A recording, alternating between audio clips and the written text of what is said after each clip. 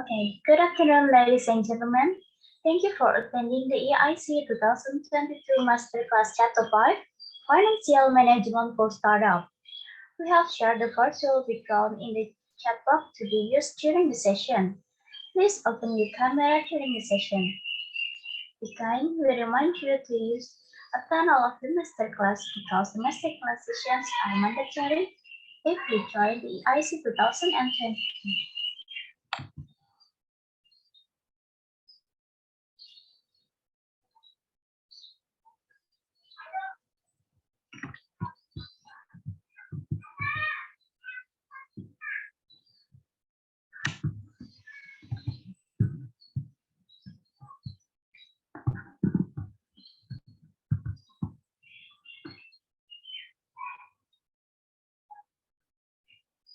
Good afternoon, ladies and gentlemen. Welcome to EIC 2022 Masterclass Chapter 5, Financial Management for Startup, organized by Unggul University, powered by Arizona State University. To begin with, I would like to deliver my greetings to Bapak Dr. Feryal Abadi, SAMSD, as the Chairman of Entrepreneurship International Competition. Ibu Prita Suyudi, SHMKN, as the Director of International Office and the co-chair of the competition. Bapak Dr. Tantria Nuarahmasyah, MSM, as the Dean of Faculty of Economics and Business. Bapak Abdul Haibar Ramli, as the Vice Dean of the Faculty of Economy and Business.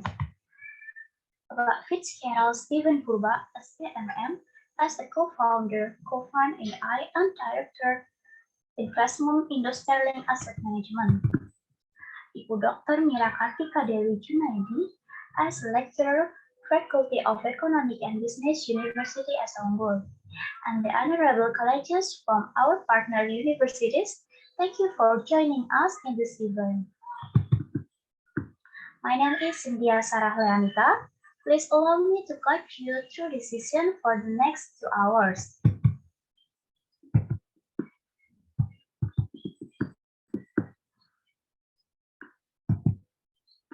Now, I would like to give time to Bapak Dr. Feryal Abadi, STMSI, as the Chairman of Entrepreneurship International Competition. Pak Feryal, the time is yours. Thank you, Pak Feryal. Ya, oke. Terima kasih, Mbak Cynthia. Saya menggunakan bahasa Indonesia saja. Assalamualaikum warahmatullahi wabarakatuh. Selamat sore semuanya buat teman-teman peserta di International Competition, di Entrepreneur International Competition. Pertama saya mengucapkan terima kasih kepada tim panitia yang sudah menemani dari Masterclass 1 sampai saat ini adalah Masterclass yang kelima, gitu ya.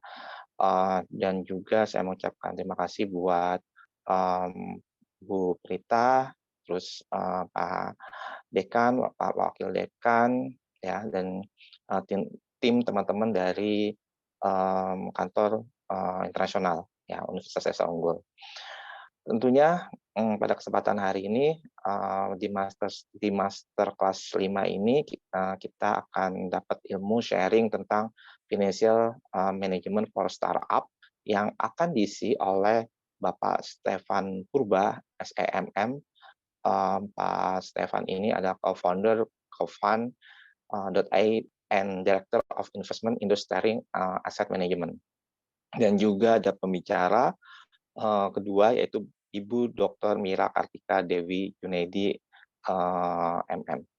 Teman-teman semuanya, jadi rentetan dari Masterclass 1 sampai Masterclass 5 bisa memberikan satu insight kepada teman-teman peserta lomba ini agar bisa membuat Pitchdeck, ya, sebaik-baik mungkin, seoptimal mungkin agar teman-teman bisa mengeluarkan ide bisnisnya itu dengan baik. Dan nanti juga di akhir sebelum acara ini selesai, masterclass ini ditutup, ya teman-teman tetap mengikuti karena nanti akan ada pemaparan dari panitia, ya, dari salah satu dewan juri bagaimana membuat Pitchdeck, gitu ya. Bagaimana nanti teman-teman akan mengupload ya pitch-deck-nya itu ya, karena setelah teman-teman daftar, kemudian ikut masterclass 1, 2, 3, 4, 5, nah kemudian teman-teman nanti akan membuat pitch-deck yang dari ide-ide bisnis teman-teman ya, kemudian disubmit ke panitia dan itu yang akan dijadikan penjurian ya. Jadi tolong teman-teman ikuti dengan baik ya dari awal sampai akhir ya, karena juga materi ini bagian financial management ya, itu juga sangat-sangat penting sekali gitu ya, sangat-sangat penting sekali. Karena apa? Justru banyak teman-teman di startup itu lemahnya justru di financial management. Ya, mungkin kuat di strategi, mungkin kuat di marketing gitu ya, atau human resource ya, tapi kadang tidak semua orang bisa kuat di financial management. Nah, oleh karena itu kami harapkan teman-teman bisa mengikuti dari awal sampai akhir dengan baik. Itu saja yang bisa saya sampaikan ya, tetap semangat, selalu semangat ya dalam mengikuti lomba ini sampai akhir dan memberikan yang terbaik buat Universitas Esa Unggul dan juga buat teman-teman dari mitra ya, ataupun juga tadi ada dari kampus luar Esa Unggul ya, dari kampus luar negeri juga dari Malaysia ya, mudah-mudahan bisa bersaing, bisa berkompetitor secara baik. Itu saja yang bisa saya sampaikan. Terima kasih. Selamat sore. Wabillahi taufiq wal hidayah. Wassalamualaikum warahmatullahi wabarakatuh. Saya kembalikan ke MC. Waalaikumsalam warahmatullahi wabarakatuh. Thank you, Pak Ferial, for the opening speech. Okay, it is the time to start our main event today. We will have the class session today with expert people in their fields. We have Bapak Fitzgerald Stephen Purba, SAMM, as a co-founder, co-fund AI, and the Director Investment in the Sterling Asset Management. For the participants, if you have questions, we will have the Q&A session after this. In the meantime, you may write the question on the chat box or raise your hand during the Q&A session. Pak Fitzgerald, the time is yours. Okay, thank you, Ibu Cynthia. In respect to other participants, I've heard there's from Malaysia. I will be using English. Can everyone hear me right now? Is my voice clear, loud and clear? Yes, Pak, we can. Okay, let me share screen, Ibu Cynthia, for my presentation.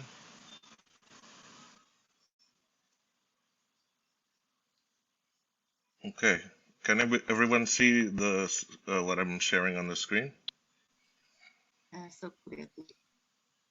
Okay, first of all, I'd like to begin with introducing myself. My name is Fitzgerald Stephen Purba. Fortunately, I've been handling investments throughout my professional career, and for the past 4 years, I've been interacting with numerous startups.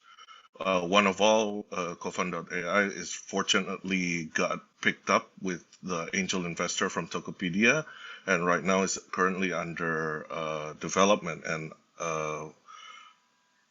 unfortunately, during this afternoon, because Esa Unggul doesn't have a written non-discretionary agreement with Co-Fund, I cannot share data or figures containing Co-Fund's business models or results.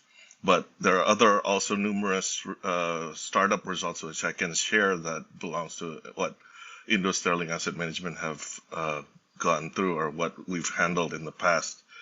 Okay, I think I'll start the presentation. So the contents of this presentation, we're going to go through again what startups and entrepreneurship is really. We get an overview, what it is. We see that other points to be made here are startups and extreme uncertainty, and how we maneuver in that uncertainty towards that goal, because basically that's what startups are, or majorly what divisions in grown companies face extreme uncertainty in developing products that can be bought by customers. Okay, and then we're gonna come to why financial management for startups. We can see why knowing your valuation is important, how we can finance the startup, and we can also see what investors look for in startup, or particularly what VCs or venture capitals or angel investors see in startups. We can also end with discussion, Q&A from the floor, or you can also consult with maybe your startups or anything pertaining to the startup. Okay, first, startups and entrepreneurship. It's a slight overview because this is also important. It's relating to the finance and how we face uncertainty in navigating our startups in the future. Okay, what we clearly know or determine, maybe we all know in this forum, is entrepreneurship is maybe someone who not only perceives it, but he creates an organization to pursue it. This is something maybe we can see right now, or we're currently pursuing. So what I would like to underline here is the opportunity, but there's also organization and in pursuing that opportunity. What is mentioned by opportunity? There are numerous business opportunities, but usually there's 5 bigger outlines. First, business opportunities solves real problems for customers. Usually, this is what customers seek in a business, because they have problems or something that needs solving, and then with our startup, we can offer a concrete solution. This is what usually succeeds in the business opportunity, the startup realm. For number one to succeed, also we have to look at it. Is it a real problem for customers, and how does it affect the customer, and how does our product or service solves this problem for customers? The second, business opportunities, it offers significant risk-adjusted profit potential. Of course, we would not go to extreme lengths, especially in creating or having the headache of organizing an organization, managing an organization, if at the end of the day, if it does not make or have potential profits. Number 3, it fits well with capabilities of the leadership team. Of course, this is also important, because that's what we try to strive for and pursue. Number 4 is potentially profitable over a reasonable time span. Hope our startup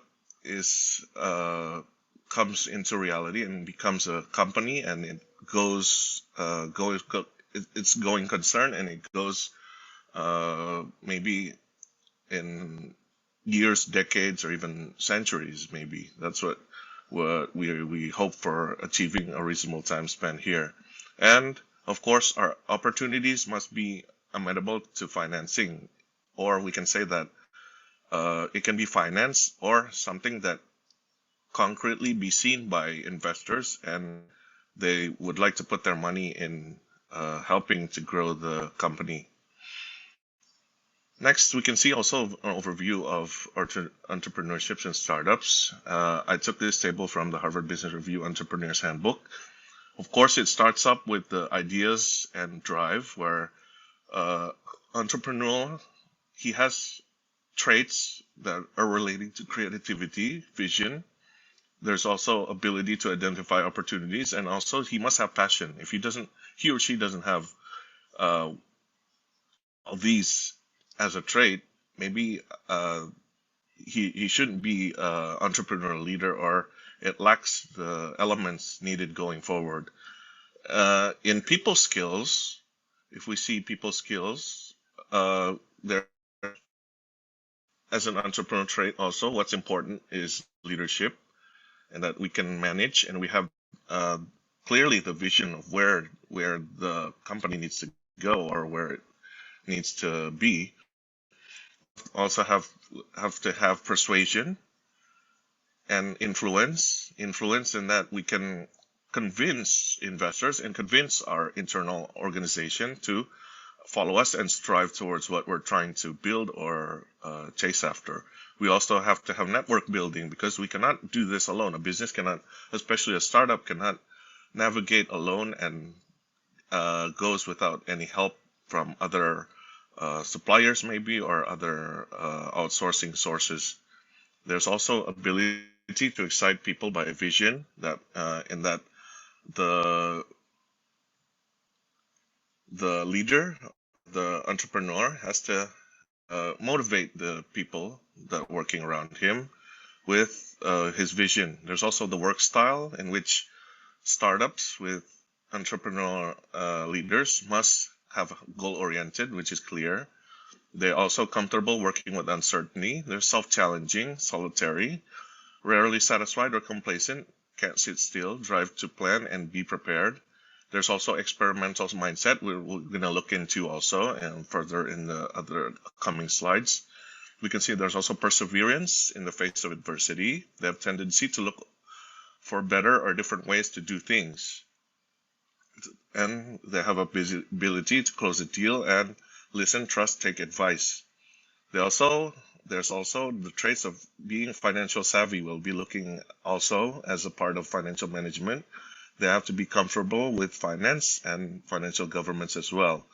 And what helps also, usually plus added, is family members also have started business in the past or currently living right now with your parents maybe currently are running a business that provides for your education and your future.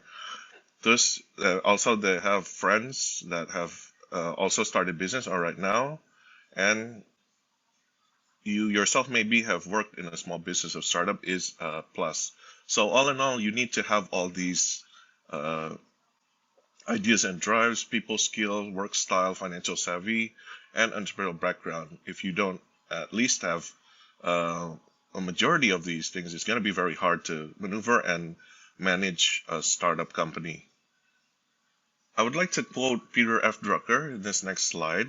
He's saying that an enterprise purpose begins with the customer. It is a customer who determines what a business is, what it produces, and whether it will prosper. This is 100% true and empirically proven in that what the company is for is why the company exists is for the customer, and that marketing and innovation are the core activities of an enterprise. The rest is just support. You have your HR, you have your backers or others, general affairs. They're just supporting. The ones that really determine the fate of the company or the startup really is the marketing and innovation. Innovation meaning that it must produce novel scientific discoveries for a company to gain a competitive advantage. It also be repurposing an existing technology for a new use. It can also devise a new business model which unlocks hidden value. Maybe the previous business model were not subject to other conditions that could not unlock value in the past. Now maybe because of the given timing, it can unlock new value. And last, bringing a product or service to a new location. There are forms or sources of innovation. If we look at startups, I've taken numerous definitions of a startup, in that one, it is an organization dedicated to uncovering new source of value for customers and cares about the impact of its products on those customers. The second is human institution designed to create new product or services under conditions of extreme uncertainty. The third is an organization designed to create new products and services under conditions of extreme uncertainty. And last is designed to confront situations of extreme uncertainty. So if we can look at the definitions of a startup, we can see that it is actually an organization or a human institution involved in uncovering new sources of value by creating new products or services, in that the organization itself, it services under conditions of extreme uncertainty. What the startup faces is extreme uncertainty. So we need to know why a startup using the tools such as financial management can get around or go through extreme uncertainty. How I see also other factors besides that can also contribute to a success in a startup is its ideas, its team. The team will also determine how fast and well are the quality of the execution and the deliverance of the product and services. We can also see the business model, if it's flawed or does it need any perfections or corrections in it. It is also determined by funding. And last, what most entrepreneurs or startups also tend to take for granted is the timing, because timing under empirical studies greatly affects when and how can a startup succeed.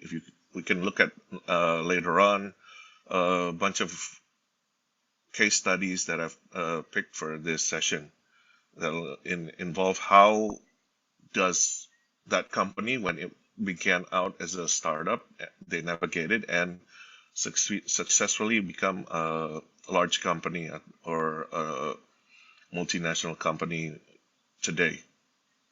Next, involving startups in extreme certainty. What startups do is must deliver value, which is clear. But what is defined as value is actually providing benefit to the customer. So anything else is just waste. What this line is trying to give us or tell us is that value to the customer, benefit to the customer is all that matters. If a startup or any company can give or provide value or benefit to the customer, then at the end of the day, we can see these companies or startups succeed. The problems for startups are, who are my customers? How are we supposed to define or segment our customers? And what do customers find valuable? That's what our startups need to find out. And that's what is really connected with uncertainty, or what the conditions with uncertainty it faces in navigating towards a goal of startups. Uncertainty itself is defined a future that is unpredictable. The second is customers face growing array of alternatives. We try to produce or introduce products, but there are also other competing products or alternatives that may hinder our success. And we can see also with the new, with this connected world today, we face a pace of change is also increasing, meaning that in one day, in one hand, we can have a competitive advantage over our competitors, but because of technological breakthroughs and well-connected world, we can our competitors can also chase after us or close the gap of our advantage without us knowing. What I like to do is startups in relating to uncertainty is somewhat like of a ship, just like this picture. It's trying to maneuver or navigate inside a fog, and that the ship has to have clear vision or have some sort of sense of direction of where to go. That's exactly what a startup is going to face in the years and months and years in the operation. If we talk about maneuvering in uncertainty towards goals, we also see what is the difference between successful entrepreneurs with unsuccessful ones. The successful entrepreneurs, they have the foresight, the ability, and the tools to discover which part of their plan was working and which are not. Then they make adjustments for the strategy. That's what startups constantly, when they undertake or undergo phases of their growth, they have to always count and recount for what is working and what is not, and make adjustments. During the continuation of this presentation, we will also look at how can they evaluate these processes and what tools are available for us as a startup in facing or maneuvering to be successful entrepreneurs. Next, what we can use is a well-adopted and renowned feedback loop is the build, measure, learn feedback loop. So it starts with build, in that we define an idea that we want to test and information we need to learn. We develop what is called a hypothesis, and that prediction what is going to happen during the experiment. Second, the beginning starts with a plan, and that we plan out, and then we build. When we build here, the goal is to create a minimum viable product. Minimum viable product is the smallest possible product that can test your hypothesis. Please bear in mind that this MVP is not usually the final product in that we introduce or sell to the markets. Step 3, we measure what we've obtained in step 2. Does it compare to our hypothesis? Is it sufficient interest in your idea or continue to developing it? Or does the data show that you'll be able to build sustainable businesses around your product or services? These questions, when we measure, must be answered, in that we can proceed with step 4, which is we learn. And that's when we reach this stage, we're equipped to make the sound evidence-based business decision about what to do next.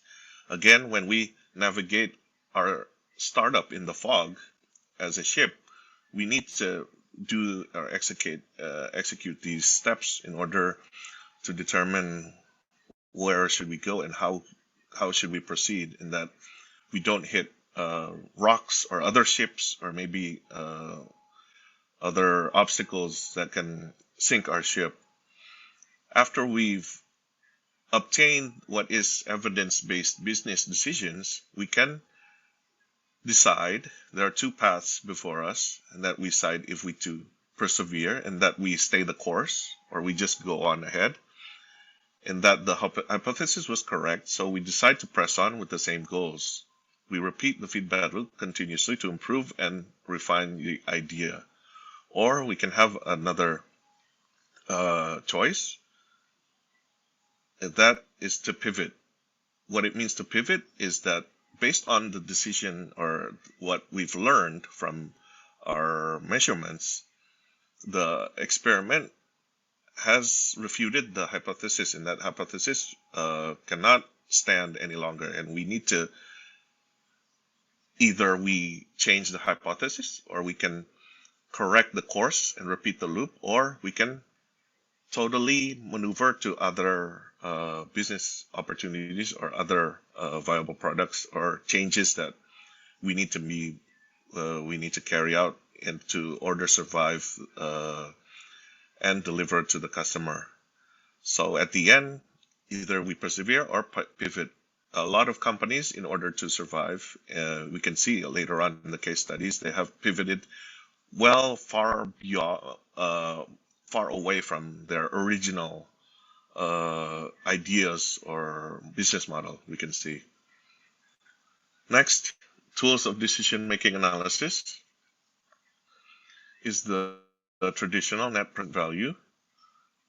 This is what's traditional, what we can use on a day-to-day basis, how we can determine if a project we can undergo or undertake an investment or a project, in that when the NPV is positive, it takes into consideration all future cash flows with a discount factor, and we have to count for the original investment or the beginning investment.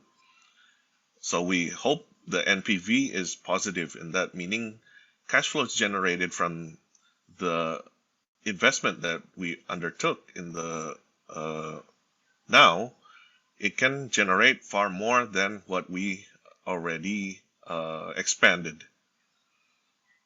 Next, also, what's we can use is the internal rate of return. In that internal rate of return is actually what makes the future cash flows discounted by an IRR. In that IRR is what we're looking for, internal rate of return, minus the investment.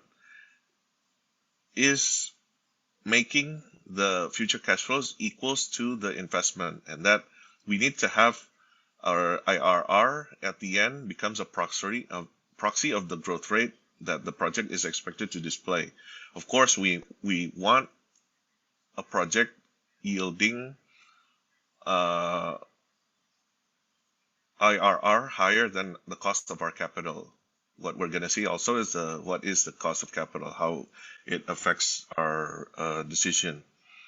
The third, firms often compare the IRR with the required rate of return. Required rate of return, minimum return that is accepted for a certain level of risk. We also internally have to determine how much, with a certain level of risk, how are we supposed to, what amount of return is it acceptable internally for the company. Here the IRR should be higher than the RRR for a project to be considered profitable. An example here is maybe a company with an investment opportunity requiring immediate investment outlay of $1 million, that is T equals to 0 or now. This project will pay $100,000 every year starting from year 1. What is the IRR of this project? We can easily solve for this in that we plug it into the formula. Yielding IRR is 10%. What does this 10% meaning? Is that at this 10% IRR, all of our cash flows, future cash flows, will equal how much we've expended for the investment. And that in order to obtain a positive NPV, we need a lower IRR or other yield IRR higher than our required return rate. Example 2, we can see 2 different projects and that we need to make a decision on. In that project 1, it requires an immediate investment outlay of $1 million, which is now. And after 5 years, it will generate one-time cash flow of $2.4 million. The IRR is approximately equal to 19. And then there's project 2.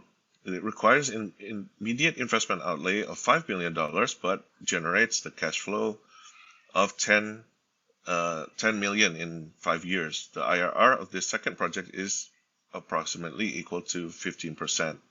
We can count for the NPV of project 1 equals to 0.36 million. And then for project 2, the NPV is equal to 0.67. But if we can we can compare the IRR to the NPV, we can say that the NPV for project 2 is much higher for project 2, and that we prefer project 2 on the basis of NPV. But if we look at the IRR, we rather prefer the project 1 because it yields a higher IRR. We can see that from the result of this NPV and IRR, it's we often face a problem in which IRR and NPV does not clearly give us a decision-making result, and that we need to have maybe another way of thinking, and that what is right now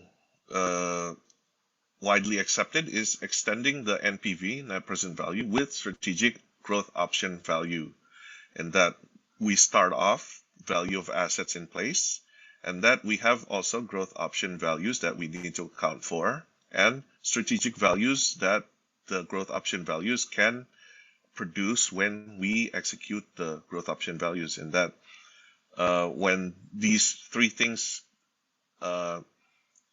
result in a higher yield, we can expect that the net present value will be also higher.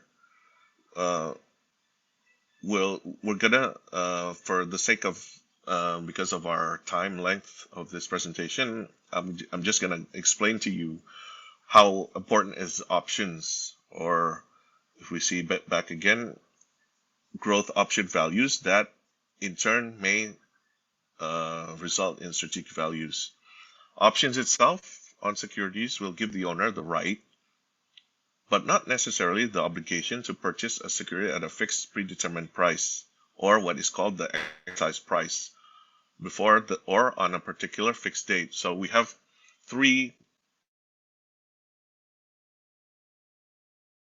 for in that the exercise price is actually the cost of investment, what we need to expend in order to execute for the investment that we hope one day will generate strategic value. The second we have to account for is the value of the option. How much do we pay in order to have the right to exercise? Is actually the present value of expected cash flows plus the value of any new growth opportunities expected through ownership and employment of the assets. And then with the third, what we need to have also into consideration is the time, the majority of the amount of time available before the opportunity disappears. That's what mainly time is never on our side when we try to do some investments like this, meaning that usually gives out handicap or limitations to what we try to exercise. If we translate these three factors, or what options are, to growth options, we can map it out, and we can say that growth options is actually any investment opportunities whose implementation can be deferred. Deferred meaning we can wait or not execute it right away in order to we can also cancel it or modify it, or creates new investment opportunities for the company, which can be analyzed using frameworks. First, growth options is related to capacity expansion, and we introduce new products or acquire other companies. It can also be increased budget for advertising, basic research, and commercial development programs. And we make outlays for maintenance and replacement projects. If we can see in the graph right here, the picture, we start out as the 4 quadrants, and that the Y is potential gains and losses from changes in projects NPV. NPV is farther to the left of it becomes positive, and farther to the right becomes positive, and negative to the left. We can see that the sunk cost of acquiring growth options is this much, and that when the NPV becomes positive, or within time we can see its potential gains of the project, we can also see the gains and losses from the changes in the project and what we've invested in, meaning that we can map out and actually measure how much growth options can be valuable for a company. Options also are available in that there's a cancellation option also, in that we can account for how much if we lose or we gain, in that we don't undertake a project, or that we don't have options for executing or exercising it. And there's also other options that can, with using this framework as a tools of decision-making analysis, can help us in our startup in deciding which projects or which ones are not to take or to take. Next, we can case study that maneuver or navigate in uncertainty is that we can see Netflix. When it was founded in 1997 by CEO Reed Hastings, it was actually mailing DVD to customers. So customers, they want to find movies they want to watch, and they order, delivers in form of DVDs. With the development of streaming, in internet streaming, and right now internet capacity and bandwidth are getting more faster and faster, Netflix used this timing to actually take advantage of right now. What they did is pivot from a model which employs DVDs. DVDs, of course, it's gonna take it's gonna take money to make DVDs and to produce in lots of numbers. What they did is they've pivoted from DVDs, and they right now greatly depend on fast internet streaming. Maybe right now in Indonesia, at my home also, we tend to watch more of Netflix than traditional TV. Right now, they have well over 223 million subscribers worldwide, and considered one of the biggest companies in the world. So we can see how this company actually started as a startup and then pivoted numerous times. Right now they're trying to pivot also from DVD to streaming service to right now they have also greatly undertaken in numerous film projects and becoming a film studio also, and that they can also have a greater payout if their movies become blockbuster hits. Next, I would like to share with you is the case study for Disney. Walt Disney also started out actually as a theme park and had numerous movies also, but there was a time where Walt Disney was not as successful as what it is right now. What it did was actually it revolutionized the film industry, and that acquired numerous production houses like Pixar, HBO, Lucasfilms, which holds for Star Wars, 20th Century Fox, Marvel Studios, and now we can see it has greatly expanded to a really, really large, or we can say a behemoth of a company, in that it acquired Pixar Studios for 7.4 billion. Marvel in 2009. That's why they keep on creating more Marvel movies that we can see. There's also Star Wars. It acquired from Lucasfilms. And 21st Century in 52 billion in stock. So we can see how Walt Disney came from a startup into a behemoth of a company, in that they invested in numerous production houses and became what it is today. Of course, when they took or undertook the investment decisions, they've greatly incorporated valuations as well as growth options factors for their success. Third is Lego, what maybe most of us still playing around with. It was founded in 1932. It really began with a startup as producing wooden toys. And then again, due to timing, there was, I think it was around the 1960s when they came up with plastic products. Then Lego pivoted towards producing plastic blocks. But there's also a time where Lego in 2003 almost hit bankruptcy because of over-innovating. Yes, there's such thing as over-innovating, and that their innovations was really not relevant with the customer demand at that time, because the toy manufacturer did not connect well with the customer, and that the customer at 2003 was not playing with Legos but something else. So what it did was it streamlined its business model, and then it changed the way it managed its innovation, and that we can see today Lego really had like a comeback, and now it doesn't just produce traditionally blocks that we know, but they also have gotten into movies and other productions that and retail also. We can find their stores almost, and amusement parks inside numerous countries. So basically, the three case studies is what startup needs to do to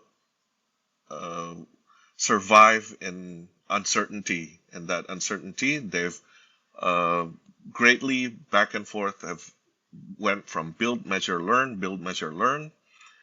When they come up with the information from this build, measure, learn to pivot, they without hesitation they've pivoted, and that's what actually we as startups or entrepreneurs owning startups need to exercise in what we do to our companies.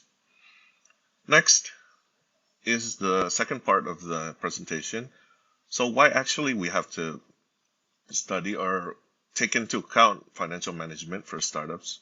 Because basically, I can tell you in a nutshell, financial management is what keeps the startup alive. If you do not have any vast knowledge of financial management, then you need to have someone or a CFO that really can account into what startups need for when I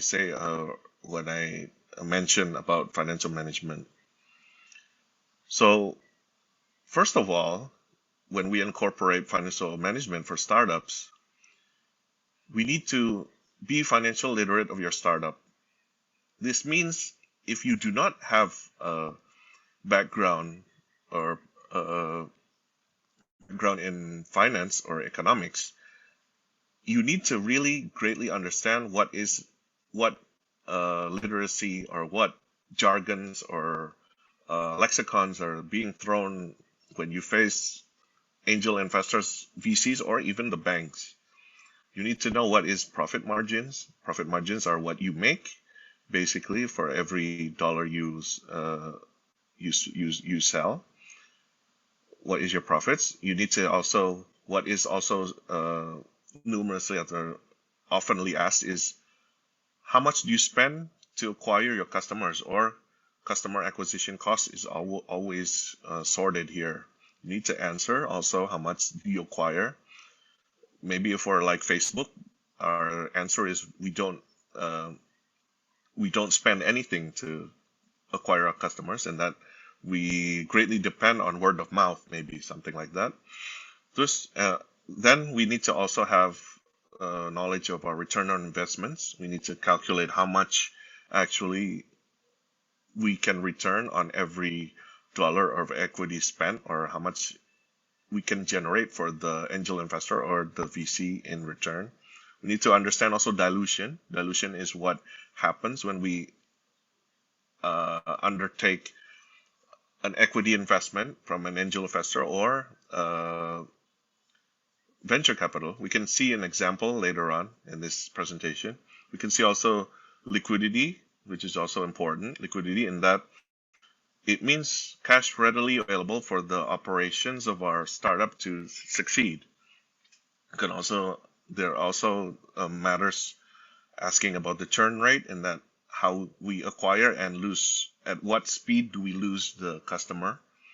And we also see the burn rate, and that how much can we sustain or last in terms of time of our operations when every dollar is spent for our operations. So basically, these are what is greatly or what is oftenly asked and mentioned when we deal with financing, especially when we deal with angel investors and venture capitals. Next, we need to know our valuation, and that the first step, we need to historically performance an estimation of our free cash flows, and that we need to identify key value drivers, forecast profit and loss account, balance sheet, and cash flow statements. Next, we need to perform a discounted cash flow valuation, and that we need to determine the WACC, or the weighted average cost of capital. How much is it actually going to cost us to employ an additional capital unit?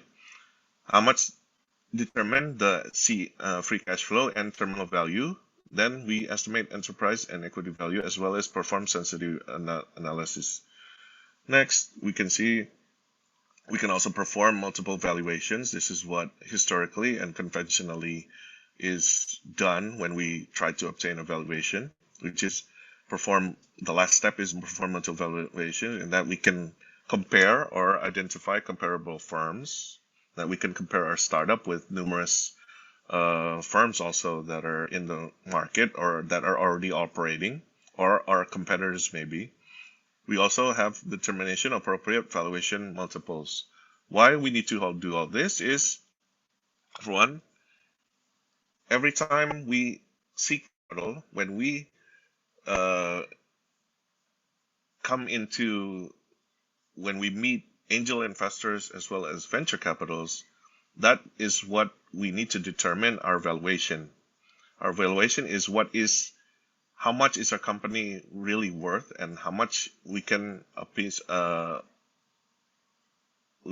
offer for them in terms of equity, what percentage of equity that is based on our valuation. Number two is the basis for IPOs, also loan application and corporate acquisitions. Number three, when seeking lucrative investment opportunities, we need to account for what is our valuation. So valuation is what is important for us as entrepreneurs in our startups going forward. Sir, I'm sorry, you have like 5 minutes left, sir. Okay, yes. There's also DCF and real option games when we in valuations. So what happens when you cannot determine the free cash flow of your startups? Nowadays, we can execute using future cash flows, investor returns, and that we can incorporate qualitative aspects, future cash flows, even though future cash flows is just in forms of forecasts, and investor returns. What we need to do is we assign scorecard method and checklist method, and that when we use the valuation method is to determine mostly comprised of intangible assets. When we can finally determine free cash flow, we can also account for discounted cash flows, multiple and long-term growth, and that is like the next step of the valuation. So from startup to when we gain traction to finally we can generate cash flows. And then finally is the venture capital method, and that when we come into they will also focus on the exit value of the company. So basically what is now mentioned as valuation is weights that are assigned in accordance to our phases of growth. When we're at the idea stage, of course, it's going to be more weighted towards scorecard and checklist than DCF, because we cannot determine DCF properly in the idea stage in comparison to the expansion stage, where DCF comes into a great factor, and that is weighted more than scorecard and checklist. This is one of the examples that I would like to introduce to you is Neuro Projects we've handled in the past. It produces an ecosystem. What is Jira ecosystem? It's basically a payment function as GoPay and Grab, but you use it in the lapas or in the prisons. The same company also produces Simdik Online, You Meet Me, Hotelmu, and they have also future projects, Mount Trash and Slang ecosystem. So we try to help this company in obtaining funds, in that we look at the revenue models, and that the ecosystem e-wallet of the prison we calculate, beginning from their initial prisons of 20, it grows to 458. And then we also look at other revenue streams like Simdik Online, we generate, and You Meet Me here, as well as Hotelmu is one of their prime applications. And we try to generate an assumption or a forecast of free cash flows for every application. In the end, we were tasked to find 41.06 billion rupiahs to fund phase 1, and they have also phase 2, which is gonna need 36.94 billion. And then also there's also an IPO within the reaches of the company. This is the funds deployment. They want to 49% is to further develop the payment system in the prisons and other also applications. So we basically did was we tried to obtain a valuation for this company based on the WACC. WACC is actually the cost of capital and cost of debt employed, incorporated, and then at the end we have a weighted average cost of capital.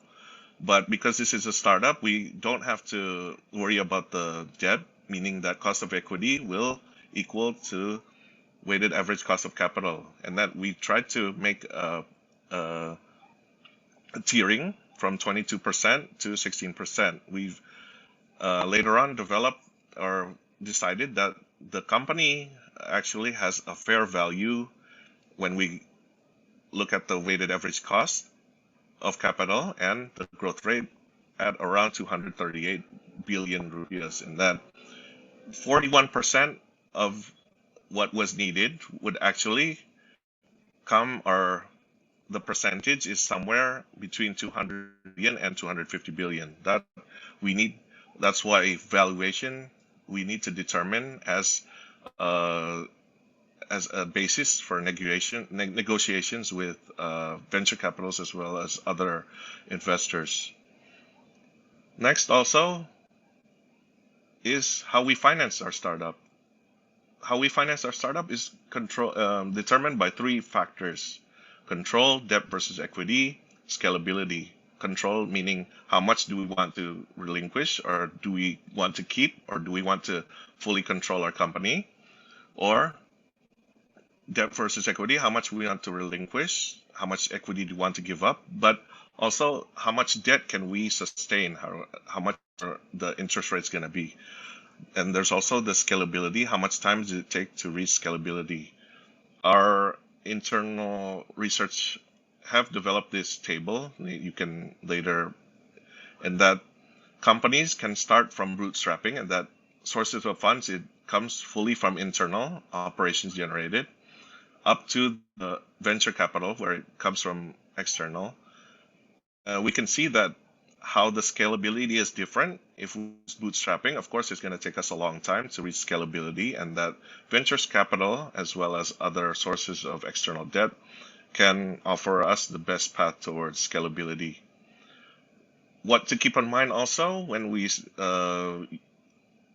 manage our startup is we have to avoid losing control of our startup. And in the end, again, we come back to square one or becoming an employee.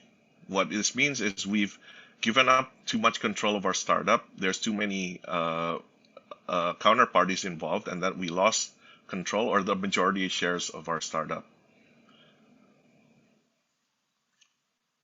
Now, then last, maybe I would like to share is what actually investors look for in a startup. Investors actually, when they come into with entrepreneurs, they decide, do I like this entrepreneur? Do I trust him?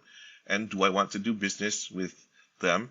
That's why in the beginning, entrepreneurial trait, what is important is his ability to be likable. And number two is for network purposes also. Investors, they look for a growth story, which is clear. They also, is this business growth opportunity worth our while? In that venture capitals, angel investors, they have a variety of choices and a portfolio of businesses to invest, and that our startup has to be worthwhile for them, meaning it yields investments that are maybe bigger compared to other investments in their portfolios. Uniqueness is not necessarily unicorn-like uniqueness, because we cannot expect at any time that our startup is a unicorn or drive towards being a unicorn. And that also they look for innovations in a long-term patents, in that they can have a competitive advantage with the innovations. An example, maybe last I would like to, is what we got from the Dragon's Den is Levi Roots. Actually, he was selling reggae sauce. It's jerk barbecue sauce. The added value offered was gives musical color to your food. The investment proposal is he's willing to give up 20% for 50,000 pounds, or what he's basically saying, his valuation of his company is around 125,000 pounds. What actually is a plus also is that there's already a large demand, and then a number of supermarkets have already ordered his products. And in the end of that episode, maybe you can also look it up in YouTube, is Peter Jones, a billionaire. He invested 25, taking 20%, and another one is Richard Farley also, using agreeing to buy 20% for 25 and offering culinary network. So this is an example how a venture capital deal was made for a product and Gay sauce. And that Levi Roots himself right now is greatly successful, is also launched sauces, condiments, and snacks and soft drinks. And now he's worth at around 45 million pounds sterling in 2020. I also can recommend these websites and books for you to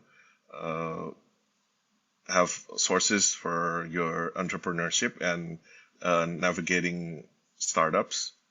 And last, there are some key takeaways I would like to share. In that one, according to Peter Drucker, there's only one valid definition of business purpose. Again, I would like to state or underline here is to create a customer. You cannot be successful or go anywhere with your startup if you do not focus on what is your customer and what do they really want or need, and what adds value to what they perceive as value. Next, build, measure, learn network framework is proven and must constantly be deployed to determine startup pivot or perseverance. In that navigating uncertainty, basically the build, measure, learn framework is what is the tools needed to guide our ship so it does not sink. The third, startup's valuation is the core of any venture capital deal. Any venture capital or any investor will always ask, what do you value your company? What is your valuation? And that our equity or what we try to offer, percentage of equity is based on that valuation, as we can see in the Neuro projects. And financing must be taken into consideration milestones set by the entrepreneur. That means entrepreneur must have clear vision and what he wants, and in the end must not be controlled by the angel or venture capital itself. And last, financing your startup must avoid in the end of us becoming an employee or we relinquish too much control, and that in the beginning we must not, or we have to persevere and hold a majority of the control or equity of the company. If we become an employee, then we've totally failed in trying to succeed in our startup. Maybe that's all I can share. I would like to take this time to open for discussion. Any questions? Jemput aku aja deh di aula HO. Thank you so much. Aula HO. Thank you so much, Pak Pitchdeck. What a good and interesting sharing about why do we have to set the financial management to our startups. And then so for now, we will go ahead and take some time for Q&A. Anyone who wants to address the question directly, please write the question in the chat box or click the raise hand button. I think I have a question. There's a question from Dennis to everyone. I have a question, sir. How should we do? What should we do if we fail to fund our business? How should we act? Of course, if we use the build, learn, measure framework, of course, we need to look again. Why did we fail? Is it nobody bought our products, or some people bought our products, or we need to identify the factors that fail, or maybe we look at it also in a perspective. What again, did we provide what investors or venture capitalists or angel investors greatly look for in a startup? That's what we need to first identify. If we can identify, then we can make further corrections within our startup, and then further corrections, and maybe we can also tend to succeed. So first, half the battle is actually identifying in what actually have made our startup fail. Is it something that maybe we're too sophisticated for our customers. Maybe our customers does not find value in what we have, or maybe we're too advanced in what. Like I said again, it's half the battle. But if you look at it in a perspective of the venture capitalists and investors, maybe there's nothing proprietorship to our startup, and that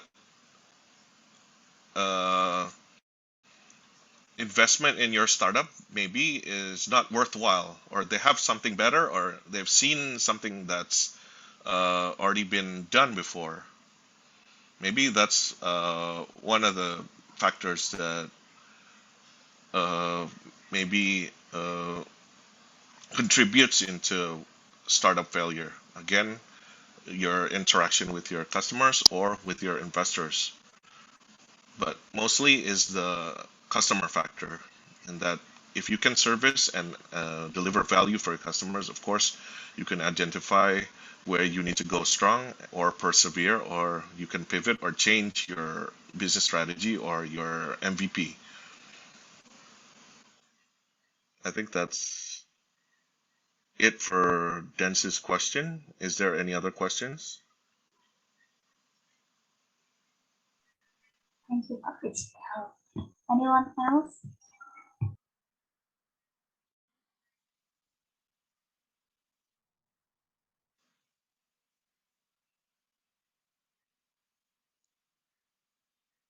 Please, you can ask me any questions about startups, or maybe you like to consult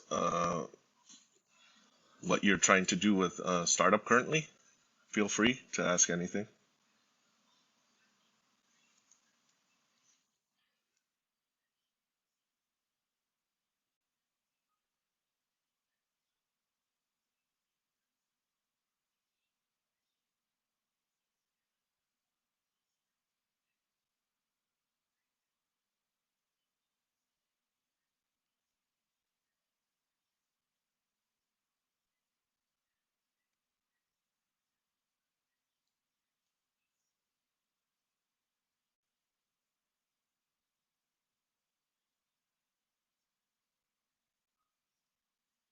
Maybe, yes, there's Esther.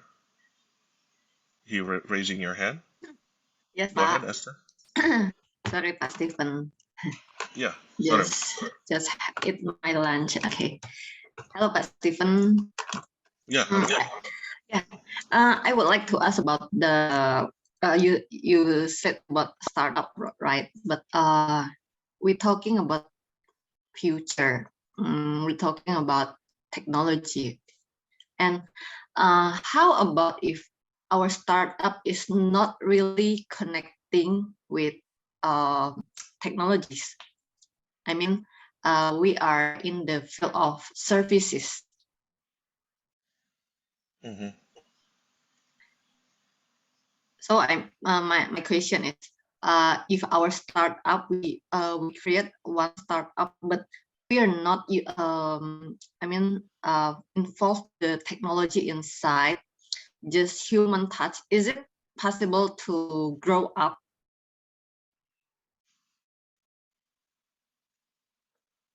Okay. So you're basically asking if you do not incorporate technology, you're more of a service startup. Is it possible for you to grow? Yeah. Yes, correct. That is. Because we understand that Okay. right now we are entering industry 5.0, right? Yes. Yeah. So if we are not involved technology inside, is it possible to grow up? I mean, yeah, I see that a lot of startups are using technologies, and the industry 5.0 all about robot, all about electric, and I cannot see any human touch anymore there. So I have an idea about the human touch services startup about human touch services. Okay. I understand your question. Yeah. Basically, what I'm my presentation focuses what I've mentioned in the presentation is, at the end of the day, what is greatly valued is the value to the customer. Maybe Ibu Esther has a startup right now that does not incorporate technology, but more of a human touch. Okay, if the customer at the end of the day values your human touch or your connectivity or your relationship, of course, that's beneficial and for your startup, as long as there is also growth in the number of customers or clientele that you like to uh, reach out to. But at the end of the day, again, the value. But if the technology can provide beneficial or in areas where you have or you seek or your weakness where your weakness is, at the end of the day, maybe you need to adjust for the technological factors of the side. Uh, First of all, you don't have to incorporate technologies. Of course, we focus at the end of the day what the customer will use again. And in my presentation, the rest is just waste, of course. No, you don't need to fully develop technology in incorporating your deliverance or what you provide as services for your customers. And again, at the end of the day, also, bottom line is what determines also your success, your longevity of your company. If you do not, in that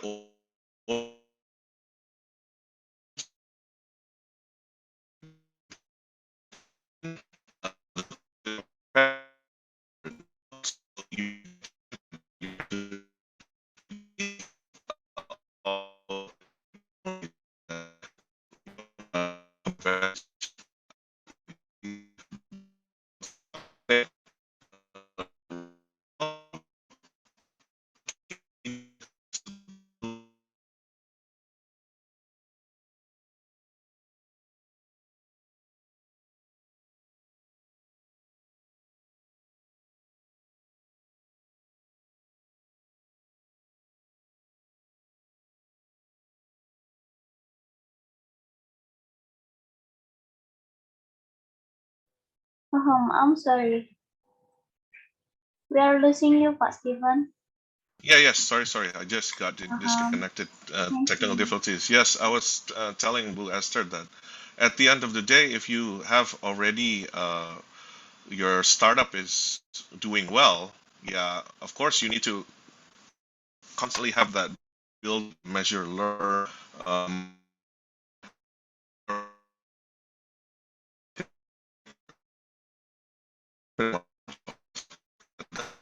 Incorporate maybe technology. But at the end of the day, if you can gain the upper hand by incorporating technology, I also say it's something to go for. It's something you need to execute also. But of course, you need to take in consideration: does it add value to your customers? Does it give you a speedy deliverance or something? Maybe your profit margins go up after you incorporate these technologies, because that's what technology is basically there for. So basically, that's what my answer to you is. Maybe if can I know what type of service are you involved in? Sorry, I can't hear you. You're muted. Sorry, sir. Yeah, actually, the idea is about combining of daycare and what is that? Rumah jompo. Okay. Combining.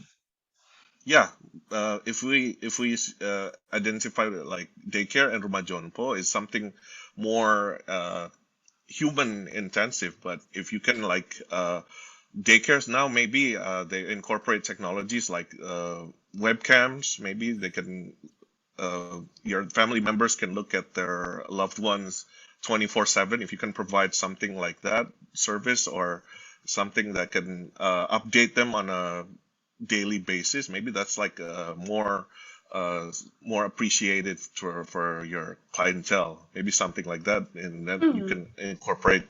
An example Ada apa? Signal hilang.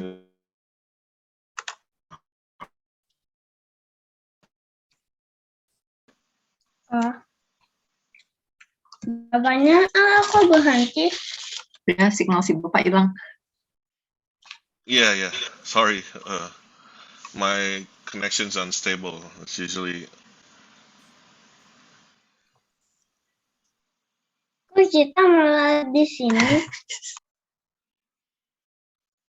Is that all, Wester? I got it. Okay. Oke, mungkin ada lagi yang mau bertanya. There's also from Natasha Adila, where should we go for finding an investor? One of these investor forums usually are beneficial for entrepreneurships or entrepreneurs seeking for startup funding, like this EIC, or you can also have involved in mail lists or groups that are involving in angel investors and venture capitals. We need to be also active in networking. Sooner or later, there's going to be some angel investor or venture capital like when we can come across. But in the end, they come. We need to very prepare our business concept, business models, and ideas, and especially our delivery, what value we need to provide for our customers. So at the end, investors will come when we have an ideation that is worthwhile for them, as what I've mentioned in my presentation, what investors typically look for. That's the question from Natasha. Is there any other questions? Oke, mungkin kalau sudah, Cynthia boleh tadi ya, speaker selanjutnya.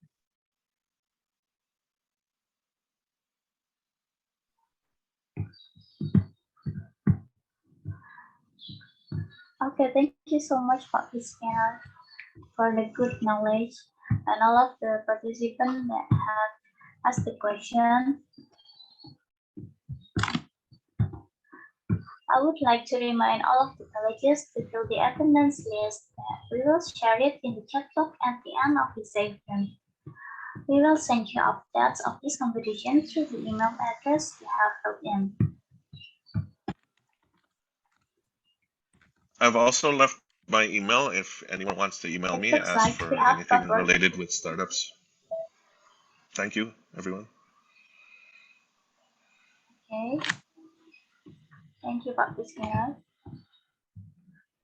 Thank you. It looks like we have covered all of the questions. Thank you, Pak Iskandar. Let's move on to the next sessions. We have Ibu Dr. Mira Kartika Dewi Junaidi as lecturer Faculty of Economic and Business, Asa Unggul University. For the participants, if you have questions, we will have the Q&A session after this. In the meantime, you may write the question in the chat box or raise your hand during the Q&A session. Mira, time is yours.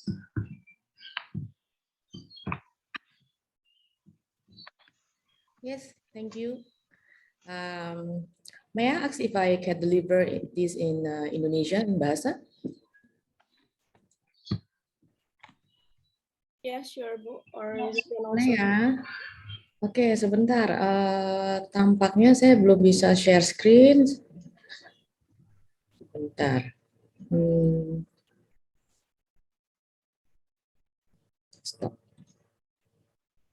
Oke, sebentar ya. Saya harus buka sistem preference saya dulu.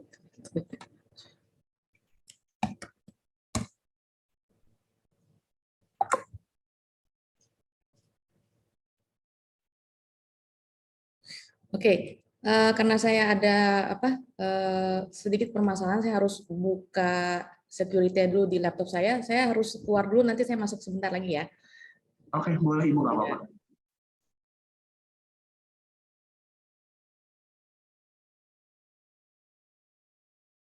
Oke, by the way, kita bakal kasih attendance list-nya 20 menit sebelum saya. Jadi pastikan kalian sampai akhir ada di masa kelas 45. Thank you.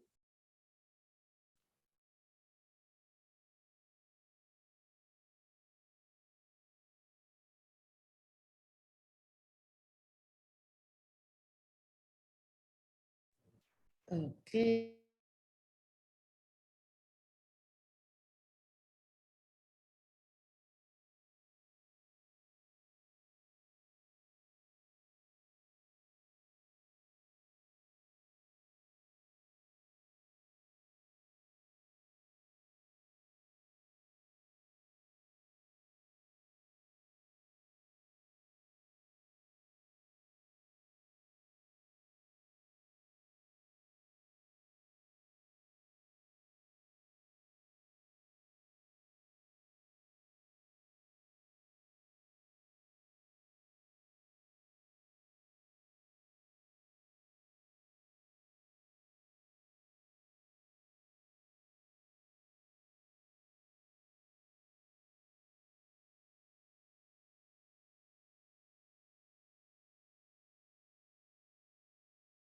Oke, baik. Terima kasih atas kesempatannya. Selamat sore kepada adik-adik kita. Oke, Pak Hafiz Geraldi sudah keluar ya? Oke, baik. Terima kasih. Nah, mungkin tadi kita sudah mendapat ya informasi yang cukup luar biasa dari seorang praktisi dari Fitzgerald. Ternyata untuk mengambil keputusan, ya keputusan finansial, ya bagaimana kita bisa meyakinkan para investor itu untuk bisa invest ya di sebuah digital startup itu ternyata sangat tidak mudah ya, cukup rumit menurut saya ya pertimbangannya ya. Nah untuk sesi ini ya saya lebih ke practicality ya, oke. Nah oke. Jadi izinkan saya mulai. Jadi topik ini adalah bagaimana kita bisa elevate kita punya pitch deck, ya, oke. Pitch deck itu adalah salah satu alat, ya, salah satu template yang di mana ya para pencipta startup ini harus bisa meyakinkan para investor ya, apakah mereka akan melakukan investasi di startup digital yang kita propose ya, dan apakah investasi tersebut is valuable ya. Nah, di bagian financial management kita harus bisa menunjukkan bahwa proyek ini layak untuk diinvestasi ya dari segi financial projection ya. Mungkin tadi dari Pak Fitzgerald sudah menunjukkan ya beberapa secara singkat financial projection ya sebuah digital startup ya, karena pada intinya investor itu ingin melihat apakah NPV yang dihasilkan atau net present value yang dihasilkan sebuah startup itu akan menghasilkan aliran positif cash flow ya. Oke. Nah sebelumnya kita pasti mungkin adik-adik ada yang sudah tahu mengenai bisnis model kanvas ya. Jadi untuk startup ya, untuk startup itu sangat keberhasilan startup itu tergantung dari bisnis modelnya, bukan dari teknologinya. Teknologi itu mengikuti, tapi bagaimana bisnis model sebuah startup tersebut ya. Tadi Pak Fitzgerald juga sudah mengatakan bagaimana kita bisa memberikan value kepada konsumen. Nah, ini yang menjadi tekanan pada bisnis modelnya ya. Sedangkan key partner, key activity ataupun customer relation dan channel ini adalah bagian dari analisa ketika kita ingin membuat suatu digital startup. Ya. Jadi intinya adalah sebuah value yang bisa kita propose kepada konsumen. Ya. Nah, ini bagaimana kita bisa menciptakan value itu tergantung dari revenue stream, ya, pendapatan dari digital startup-nya itu bagaimana, ya, aliran pendapatannya, ya, dan model revenue-nya itu seperti apa. Kemudian dari sisi biayanya, ya otomatis startup itu membutuhkan biaya dari pertama adalah capital investment. Ya, ketika kita ingin memulai pasti ada pengeluaran capital ya yang nanti akan menjadi aset si digital startup tersebut. Kemudian ada operational cost. Ya, ketika startup itu sudah berjalan otomatis ada biaya operasional. Nah, itu yang menjadi kunci bagaimana bisa memberikan value juga. Ya, selain memenuhi kebutuhan konsumen, tapi dari sisi kontribusi ekonominya itu apakah menguntungkan atau tidak. Ya. Nah. Oke. Nah, jadi apa sih titik yang paling penting bagi sebuah startup? Terutama kita pasti akan selalu bicara value. Ya. Tapi di sisi keuangan adalah value dalam hal kontribusi ekonominya, ya, profitnya. Jadi kita harus mengetahui cost dan revenue-nya, ya, agar kita mengetahui profitnya itu ada tidak.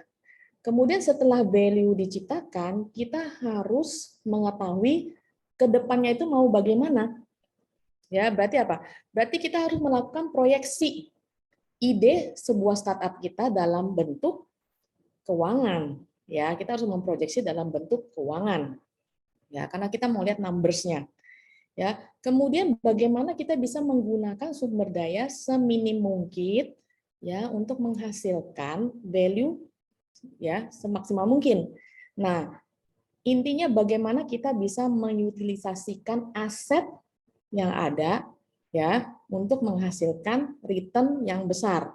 Ya, ingat kalau misalnya pernah kita belajar return on asset ya, imbal balik sebuah aset. Ya, jadi kita menggunakan aset itu untuk menghasilkan imbal balik semaksimal mungkin. Dan kemudian bagaimana kita fund the startup. Ya, kita harus tahu jenis funding untuk startup dan berapa yang kita butuhkan. Oke. Nah, jadi ketika adik-adik ingin mempresentasikan startup kalian ya dalam pitch deck, salah satu bagian yang penting adalah bagian keuangan. Ya, nah bagian keuangan itu kalian harus bisa menampilkan financial projection-nya. Ya, itu terdiri dari pro forma income statement dan balance sheet. Ya, laporan laba rugi dan neraca tapi dalam bentuk projection, makanya dikatakan sebagai pro forma. Ya, kemudian berdasarkan financial projection tersebut, kita harus menghitung cash flow-nya. Ya, misalnya selama 10 tahun ke depan. Apakah setiap tahun itu menghasilkan aliran kas yang positif atau negatif?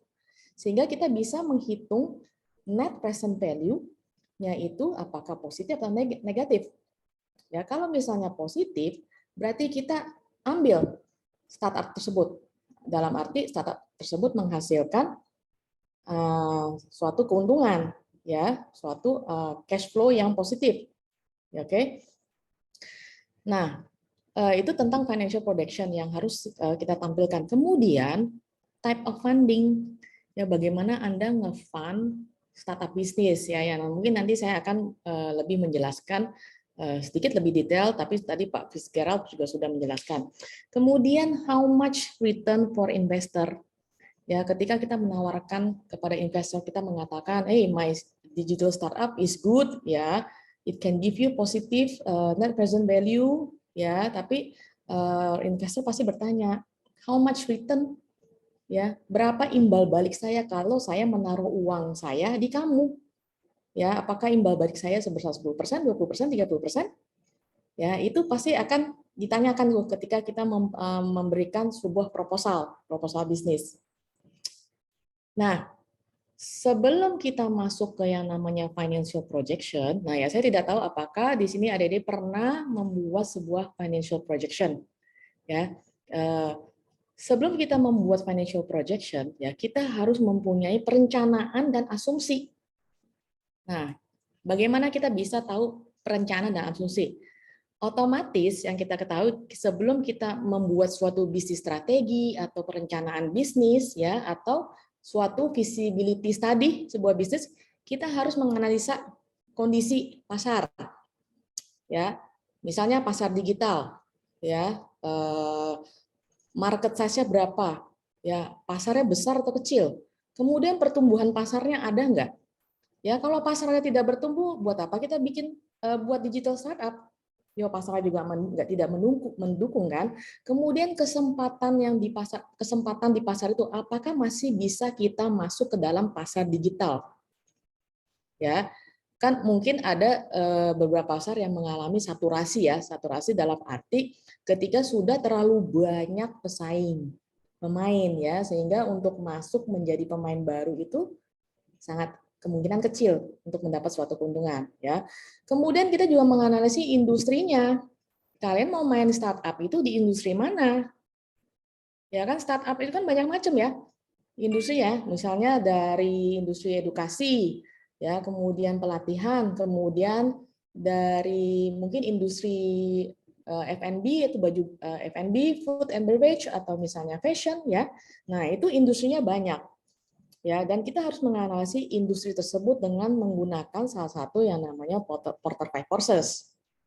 Ya. Kemudian kita juga harus mengetahui strategi bisnis kita tuh apa. Apakah produk yang kita tawarkan itu unik daripada yang lain? Ya, atau kita menawarkan produk intinya semurah mungkin tapi volume transaksinya besar. Ya, atau kita ingin bermain secara global atau fokus pada pasar tertentu. Ya, atau kita hanya fokus pada engagement kepada konsumen, ya. Ya. Nah, setelah kita menganalisis ketiga hal tersebut, ya baru kita bisa membayangkan, oh ternyata ya perencanaan pemasarannya seperti ini. Ya, strategi pemasarannya juga penting. Ya, bagaimana revenue modelnya. Ya, kemudian karena ini mempengaruhi apa? Mempengaruhi prediksi penjualan setiap tahun dalam financial projection. Ya, jadi ini adalah informasi asumsi perencanaan yang harus dipikirkan dahulu sebelum kita menaruh semuanya itu dalam bentuk financial projection. Ya. Nah, kemudian ada yang namanya initial investment, capital expenditure-nya. Ya, otomatis kita kalau mau ingin membentuk sebuah startup digital kan butuh investasi ya. Kita harus bangun platformnya, kita harus punya hardware, harus punya software, harus punya license-nya.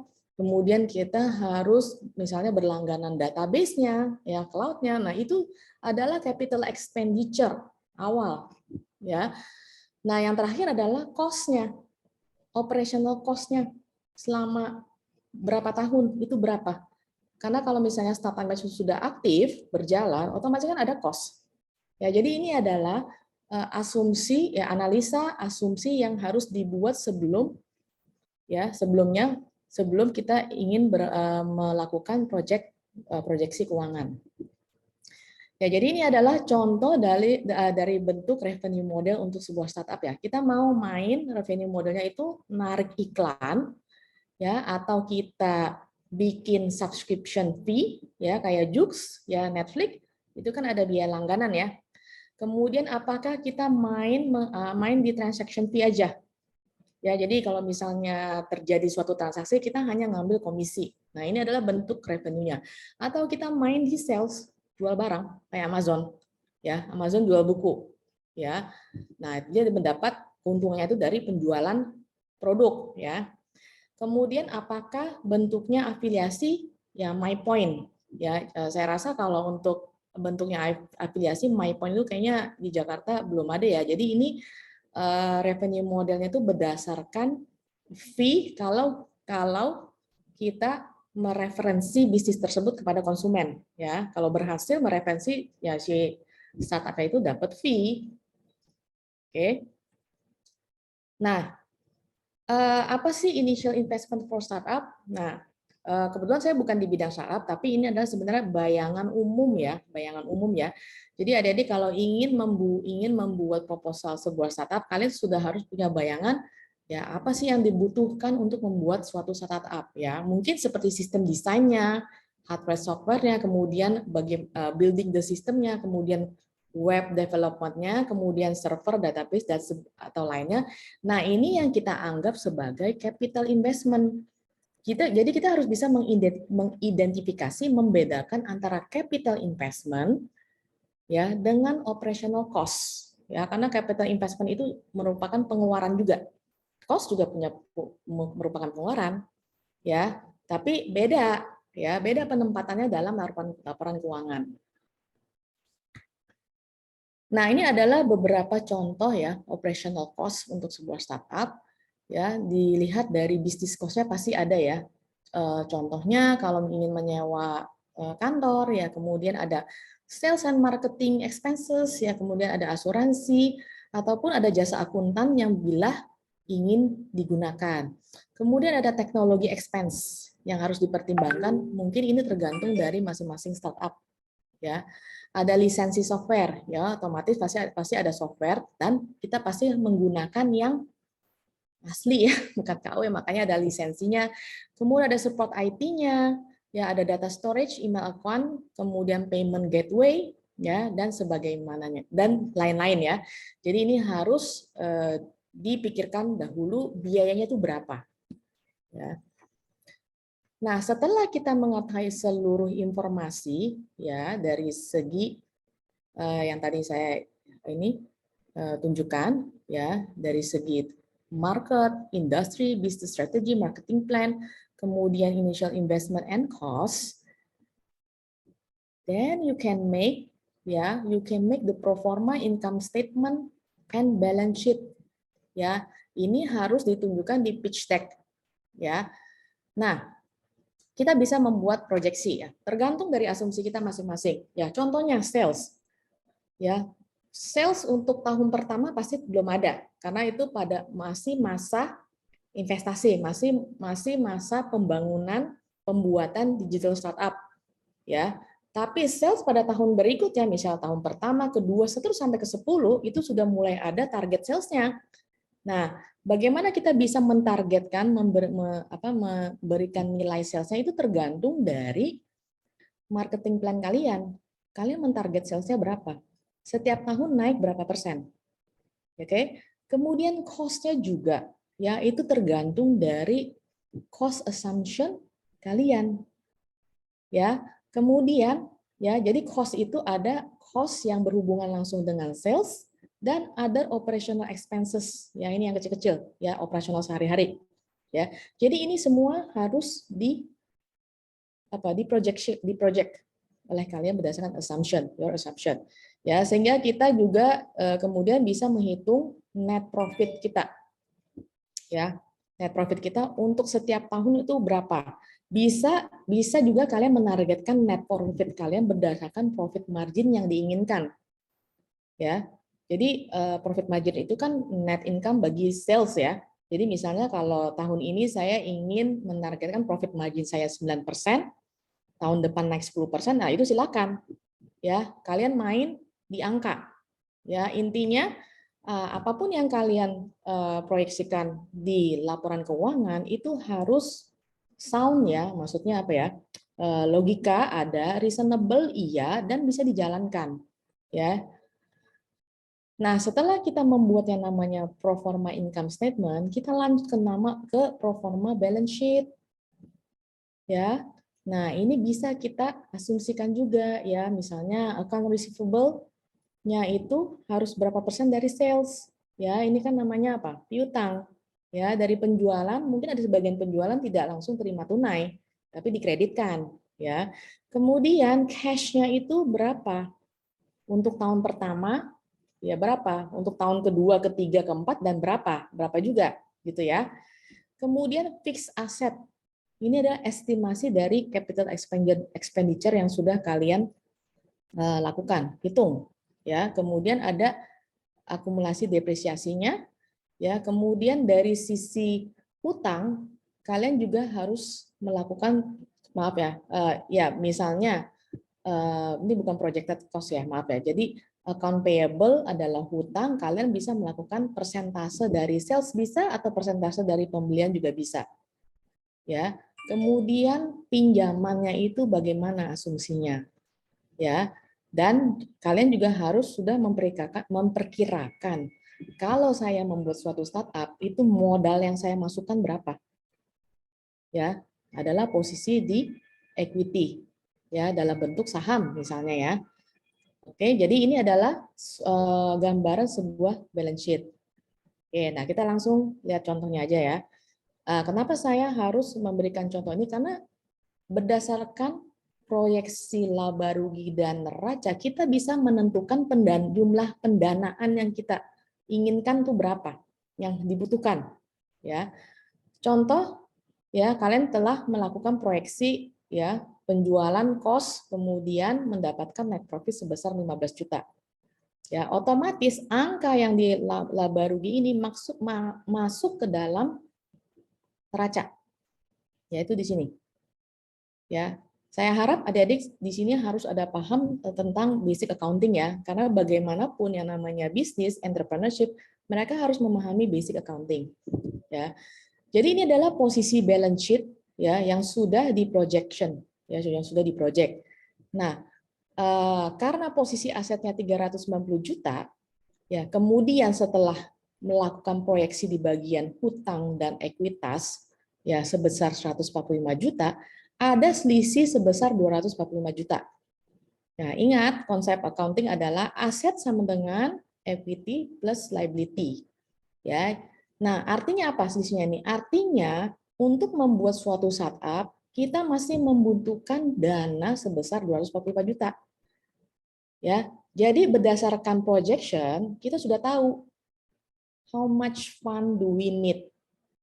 Ya, baru kita ke siapa ya, ke siapa atau angel investor atau misalnya venture capital untuk mendapatkan dana sebesar ini.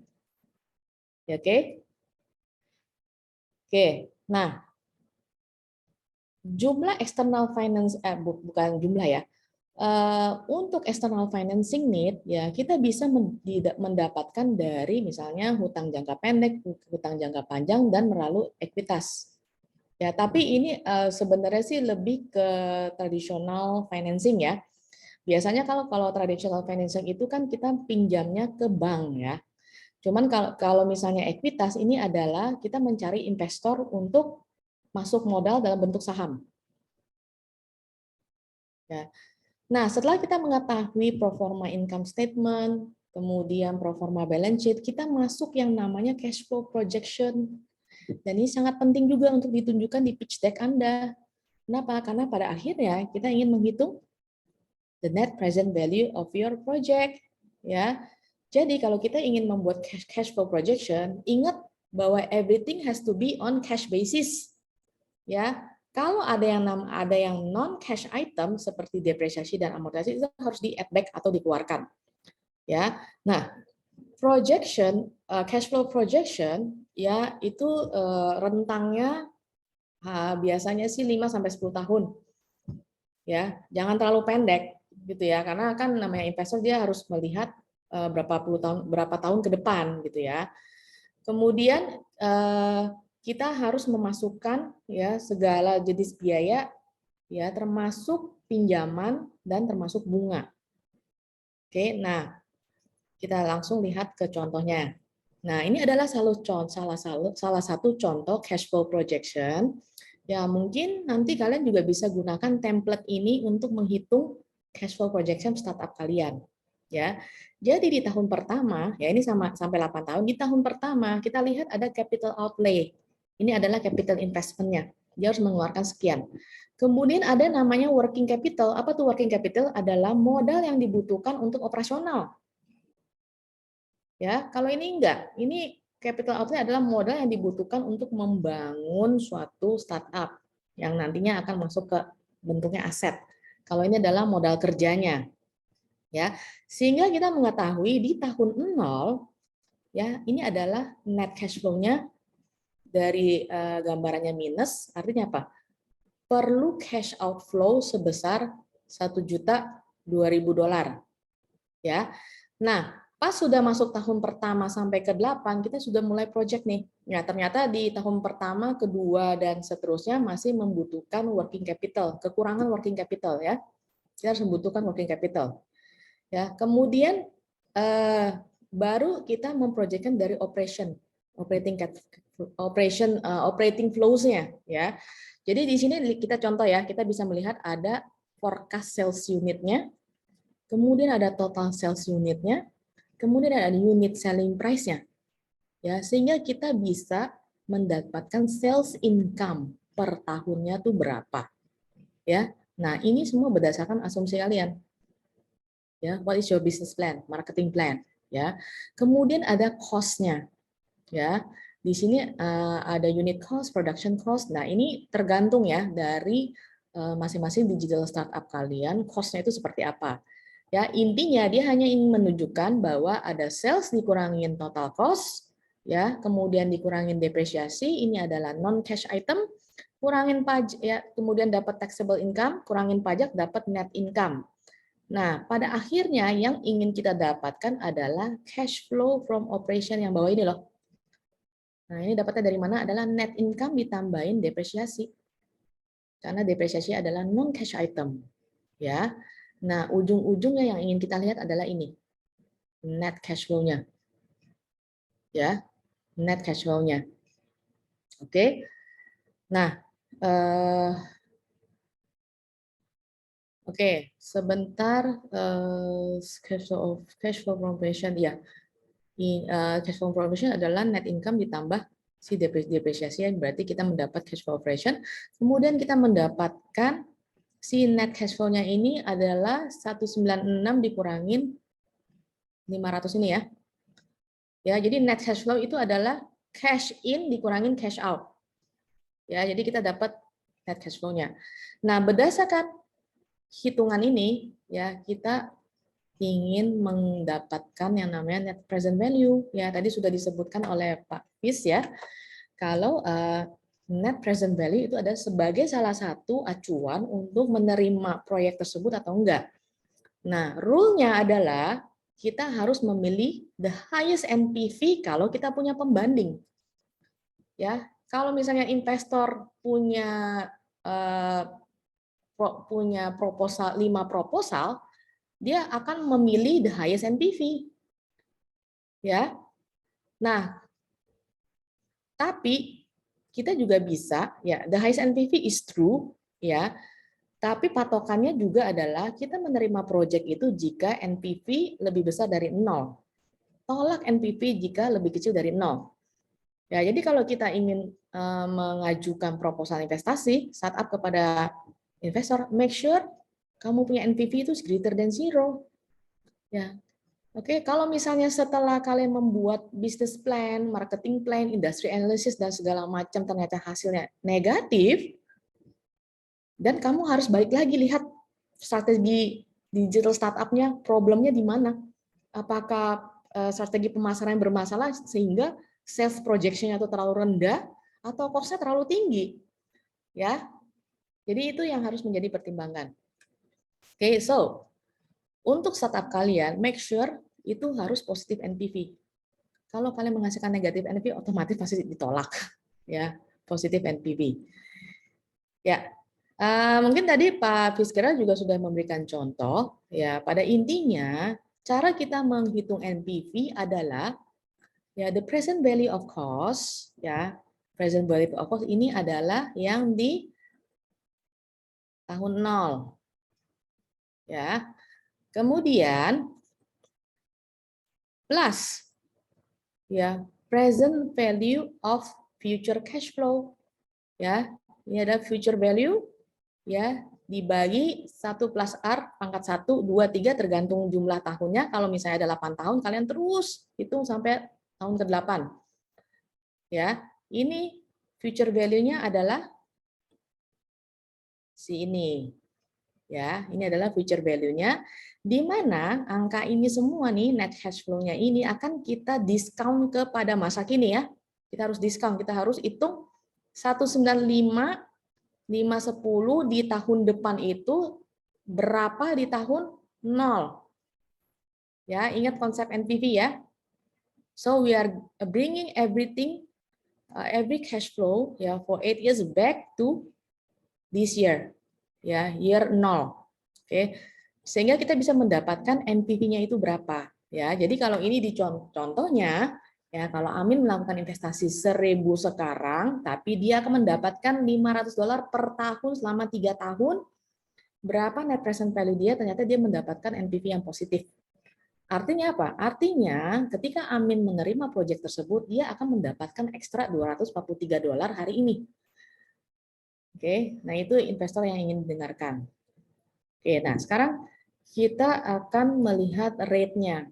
Ya, kita lihat ini ada R-nya ya. Ya, otomatis kalau kita ingin mendapatkan suatu NPV harus ada rate-nya. Ya, nah sekarang pertanyaannya, discount rate-nya berapa? 10%, 20%, 30%? Pertanyaan kan? Nah, discount rate yang bisa kita tetapkan adalah ya ekspektasi imbal balik yang diharapkan. Misalnya, untuk saya setelah melalui sebuah analisa, saya mengharapkan imbal balik sebesar 20%. Tapi bisa juga si investor mengatakan, oke, saya terima kamu punya proposal, tapi saya minta return saya itu paling enggak 30%. Ya, kalau misalnya udah ada bahasa gitu berarti apa? Kalian harus menghitung ulang NPV-nya dengan R yang diekspektasi oleh si investor tersebut. Berapa NPV-nya? Ya. Atau kita juga bisa menggunakan rate ya yang dengan bahasa opportunity cost-nya itu berapa? Artinya apa? Ketika kita punya dua pilihan investasi, ya kita punya uang misalnya $1.000, kita bisa menempatkan di investasi 1 sama investasi 2. Tapi investasi 2 resikonya lebih kecil daripada yang pertama.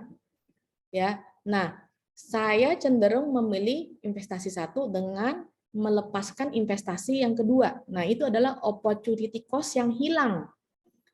Ya, kalau saya melakukan investasi kedua, saya bisa dapat imbal balik 20% misalnya, tapi saya tidak ambil. Nah, gunakan rate 20% itu yang tidak dipilih itu digunakan di perhitungan NPV terhadap proyek yang dipilih. Ya, jadi opportunity cost itu adalah biaya yang timbul tapi karena hilangnya suatu kesempatan, ya, karena kita memilih yang lain bukan yang itu. Oke, nah itu adalah singkat ya untuk sebuah projection ya, meskipun pada kenyataannya sangat tidak mudah untuk membuat suatu cash flow projection. Ya, sangat butuh pertimbangan, asumsi ya. Makanya skills wirausaha kalian ya diuji ketika kalian membuat yang namanya proposal, proyek proposal. Ya, itu adalah skills wirausaha kalian harus keluar itu ya. Karena kita tidak hanya main di angka, tapi yaitu untuk menganalisa, analisis, strateginya, pemasarannya itu seperti apa. Nah, tadi kan sebelumnya kita lihat ya bahwa kita sudah mengetahui, kita sudah menghitung berdasarkan proyeksi kita kalau kita masih membutuhkan dana 245 juta loh untuk mendukung si startup itu. Ya, tadi kita lihat Pak Fisgara juga sudah menunjukkan ada beberapa saat yang butuhnya sampai bilion rupiah ya. Ya, mereka pasti sudah memproyeksikan, menghitungkan ini butuh biayanya berapa. Nah, bagaimana kita bisa mendapatkan si biaya ini? Ya, jadi dalam startup, ya source of financing-nya itu bukan sekedar traditional financing seperti kita ke bank, ya, tapi ada 4 kemungkinan yang bisa kita jangkau. Ada yang namanya angel investor, kemudian ada yang namanya bisnis inkubator, kemudian ada yang namanya venture capital dan crowdfunding. Nah, saya nggak tahu adik-adik nih pernah dengar yang mana gitu ya. Kalau misalnya crowdfunding, saya rasa pasti pernah sering dengar ya, kayak kitabisa.com ya, itu adalah pengumpulan dana secara massal. Ya, ternyata ini bisa juga sebagai sumber pendanaan startup. Tapi di Indonesia saya belum lihat. Kalau di UK ada yang namanya angel list. Ya, mungkin kalian nanti bisa nge-browse ya angel list. Nah, sekarang kita masuk apa sih yang namanya angel investor? Ya, kenapa mereka disebut angel? Karena mereka adalah investor yang mempunyai kekayaan yang luar biasa, wealthy individuals. Ya, di mana mereka bisa memodali ya wirausaha seperti para startup ini ya agar mereka bisa berhasil. Oke. Nah, ini biasa dilakukan ya karena apa? Karena mungkin ada kesulitan untuk mendapatkan dana ke bank ya atau misalnya venture capital. Nah, ini kita bisa melalui namanya angel investor. Nah, di Indonesia angel investor itu di mana ya? Ternyata ada websitenya. Angel Investment Network Indonesia atau ANGIN. Ya, di sini kita bisa ya, meminta si angin inti untuk mempertemukan ya investor, ya angel investor yang sudah terdaftar, ya terdaftar di angin ini. Ya, jadi ini adalah salah satu contoh kumpulan angel investor di Indonesia. Ya, nah ketika kita meng-approach angel investor, tentu ada pro dan con. Pro-nya apa sih? Ya, kalau kita ke angel investor, ya memang resikonya jauh lebih rendah daripada kita melakukan pinjaman ke bank. Bisa jadi suku bunga pinjamannya atau rate of return pinjamannya itu untuk angel investor jauh lebih rendah daripada suku bunga bank. Misalnya ya. Kemudian ada manfaat yang bisa dibagi antara si pemilik startup sama si angel investor. Ya, ada manfaat. Jadi ada saling kerjasama antara kedua. Ya, mungkin dalam segi knowledge, ya saran, nasihat, kemudian pengalaman terhadap organisasi juga ada interaksi dua arah antara business owner sama angel investor ya. Kemudian ya si startup ini tidak perlu membayar si angel investor itu tiap bulan. Kalau misalnya kita pinjam ke bank kan kita harus bayar ya cicilan ya.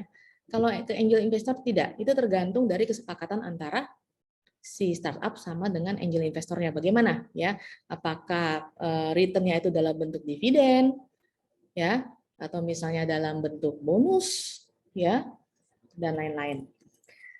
Nah, con-nya ya, kelemahan ketika kita mendatangi seorang angel investor, ya kemungkinan angel investornya itu ingin mengontrol bisnisnya. Ya, kenapa? Karena dia merasa saya yang memberikan dana untuk startup kamu kok. Ya, berarti saya punya kontrol, saya mau ngatur bisnis kamu. Ya, itu kekurangannya. Ya, kemudian profit yang dihasilkan harus dibagi antara business owner dan angel investor. Ya, jadi ada persenannya selain dividen, ya. Kemudian tidak semua angel investor itu bisa dipercaya. Ya, hati-hati ada yang namanya bad investor, good investor. Ya, kalau kita kurang cermat, ya, bad investor tuh menguras bisnis kita. Ya. Kemudian ada juga investor yang tidak dikenali. Ya, maksudnya itu siapa gitu ya. Makanya harus hati-hati untuk mencari angel investor yang paling mungkin adalah kita masuk ke yang namanya Angel Investment Network Indonesia. Ya, karena ini sudah terdaftar ya dan sudah dikenal. Ya. Nah, yang kedua adalah kita bisa approach business incubators. Nah, apa sih business incubator? Kita sering dengar ya, inkubator bisnis ya. Ternyata itu adalah non-profit organisasi yang membantu startup company ya untuk bisa mengembangkan startupnya ya dengan memberikan support ya, mulai dari manajemen training, kemudian dikasih office space, kemudian dikasih pelatihan, dikasih saran ya sampai bertemu ke para fundingnya. Ya, nah di Indonesia ternyata ada beberapa ya yang saya search tadi. Ya, ada kolaborasi Indigo, ini adalah dimanage oleh Telkom. Kemudian ada Skystar Venture, ternyata ini universitas multimedia ya dengan grup Kompas ya, di mana ini sebenarnya mereka satu grup sih. Ya, UMN adalah milik si Kompas. Kemudian ada inkubator yang dibentuk oleh Indonesian Stock Exchange. Ya, kemudian ada Kibar, kemudian ada Merah Putih Inkubator dan Mandiri ya. Bank Mandiri ternyata buat digital business inkubator juga tapi lebih fokus pada fintech. Ya, kemudian ada juga yang dibentuk oleh Silipi. Nah, tinggal kemana kita mau kemana nih ya? Oke. Nah, yang ketiga adalah venture capital. Apa sih itu venture capital? Ya, jadi ini adalah investasi yang diberikan dalam bentuk ekuitas. Jadi gini, oke, saya kasih kamu dana, tapi kamu kasih saya saham perusahaan kamu. Ya, beda dengan angel investor, ya investor turunin dana aja, tapi dia tidak minta saham kamu. Ya, kalau venture capital dia minta saham kamu. Oke, jadi ini adalah private equity. Ya, private equity. Nah, ini adalah venture capital yang di Indonesia. Ya, ada beberapa, ada 8. Ya, Alpha, 500 Durian, I don't know why kenapa mereka bisa sebut sebagai 500 durian gitu ya. Kemudian ada SG Innovate, Square Capital, Insignia, Wavemaker, Global Founders, dan Golden Gate. Ya, mungkin nanti silakan kalian search sendiri ya. Ini adalah venture capital yang seperti apa ya. Nah, yang terakhir adalah crowdfunding. Ya, di mana ya kita ingin mendapatkan pendananya itu melalui apa? By raising money from a large number of people. Ya, kita ini mendapatkan pendanaan dari kumpulan orang yang di masyarakat. Ya, contohnya kayak kita bisa .com, tapi dia bentuknya adalah donasi ya. Tapi ini kita ingin mendapatkan funding untuk startup kita, yang menurut saya di Indonesia sih belum ada ya. Tapi kalau di UK ada yang namanya angel list. Ya, kira-kira cukup ya presentasi saya. Terima kasih. Semoga ini bisa membantu adik-adik dalam membuat suatu proposal digital startup. Ya, terima kasih. Balik ke host ya, MC.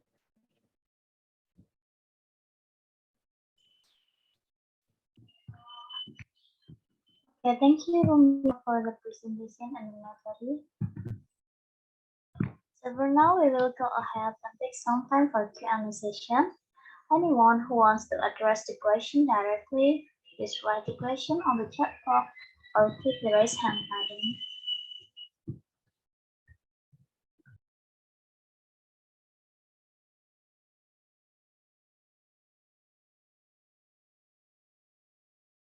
Ya, silakan Lorenzo. Okay. Good afternoon, ma'am. Thank you. I have two questions according to the presentation. The first one is about the NPV. The NPV, it's really a new thing for me actually. So I get a lot from the presentation. But talking about the NPV before, there's the formula that we need to count the present value and we add the next year value with the ratio, right? Oh yeah, okay. Do you want me to explain in English or Bahasa? It's okay. My question is about how much the maximum. Before we talk about the NPV will be the investor will take the highest, the highest NPV, right? Yes. And if zero, of course they will not take the project, right? Yeah. My question is how much the maximum ratio that we can use or accept from the investor when we count or set the NPV. Like before, you were explaining about sometimes the investor will ask more than what we expect, right, from the ratio. Okay, you mean the discount rate, right? Yeah, I mean the discount rate, sorry. Okay, now what is the maximum rate? Okay, now saya miss ya menjelaskan tentang IRR. Sebenarnya yang tadi ya, tadi Miss Gerald has already explained about the internal rate of return. Ya, apa sih? What is internal rate of return? Internal rate of return is the discount rate when your NPV is zero. Ya, ya, when your NPV is zero. Now, so what should be the rule for IRR to accept the project based on discount rate? Yeah, because you are mentioned about discount rate. You should accept the project if your discount rate is less than your IRR, internal rate of return. But you will reject the project if the discount rate is larger than your internal rate of return. So that is the rule. Yeah, using the internal rate of return. But yeah, practically, yeah, they don't use. No, they use IRR, but they do not focus on IRR. They still focus on the NPV. Yeah, because there is a weakness in IRR.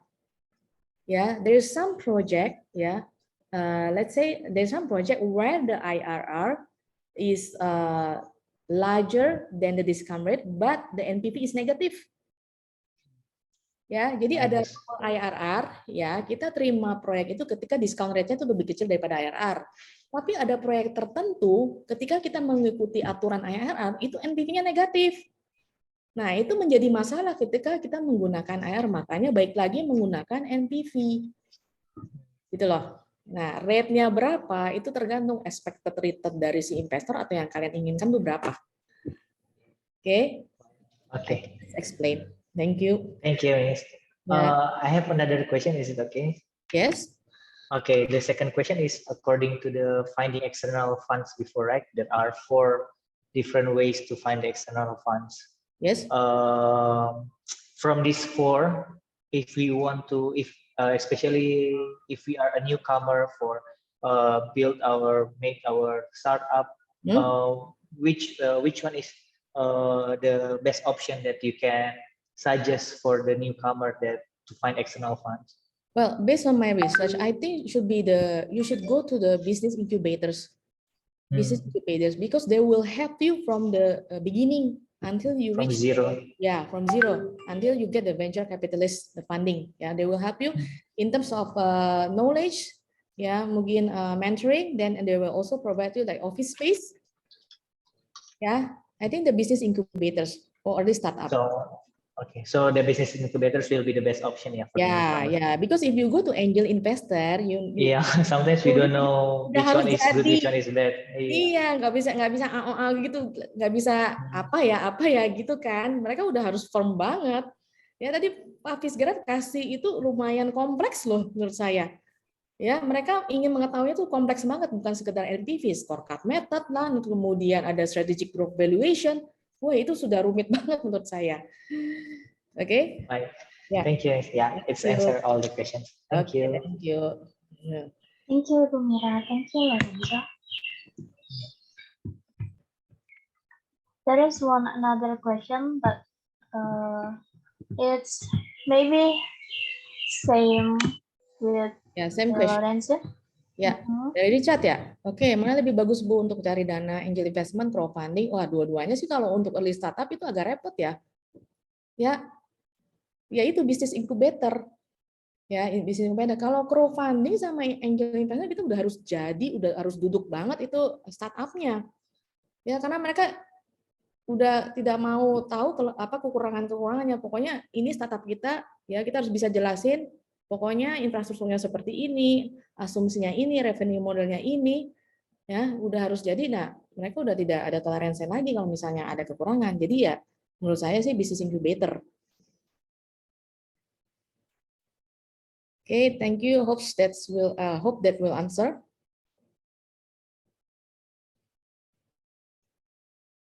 Okay. Thank you, Bu Ira. Anyone else want to ask the question, please? You can turn on your camera or write it on the chat box. Silakan. Oh ya. Ya silakan, Lorenzo. Sorry, Lorenzo. Untuk materi yang hari ini Bu, apakah nanti akan di-share atau gimana ya Bu? Untuk boleh nanti saya drop di mana MC. Maybe Ibu Ira can drop in the chat box maybe. Okay, I'll put it on. Can you please? Yes. Thank you. Okay. Hold on. Thank you Bu. Thank you. Iya, sama-sama. You're welcome.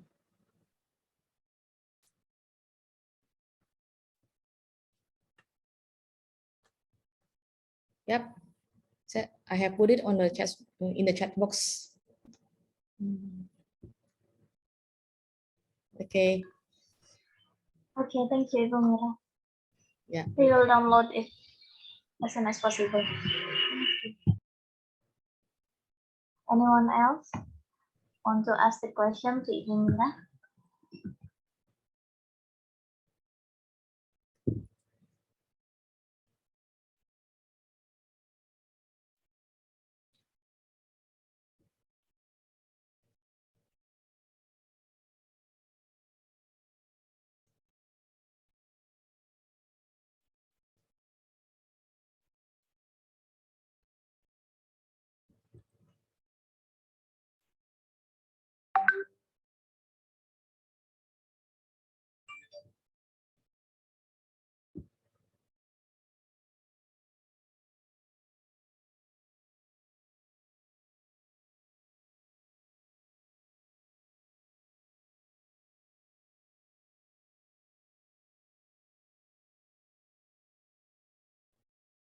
Okay, I don't think they have any more questions.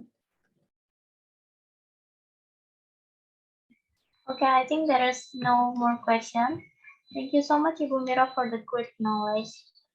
Thank you. Thank you all. Thank you. Thank you, Bu Mira. Yeah, thank you.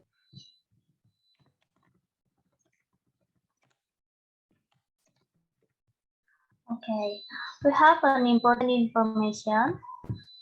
There will be further briefing for Pitchdeck video and presentation from Bapak Davi Iskandar. Please don't leave from the Zoom meeting. This is important for all the participants EIC 2022. And if you have a question, you can ask directly. Bapak Davi, the time is yours. Thank you. Okay, thank you for our committee and also Cynthia for allowing me to explain. So, hello everyone, good afternoon. Assalamualaikum. My name is Dafi from the internal office and also part of the committee of the EIC 2022. So, I saw that you already have learned about the masterclass and you have made preparation for your pitch deck and also for your business idea and also business project.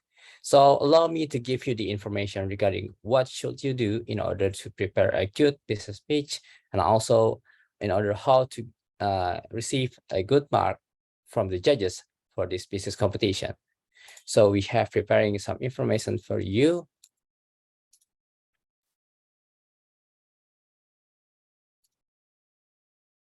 Okay, for this entrepreneurship international competition, EIC 2022, we have the screening round. So basically, this is what we will like to judge based on you. So we have the presentation for everything.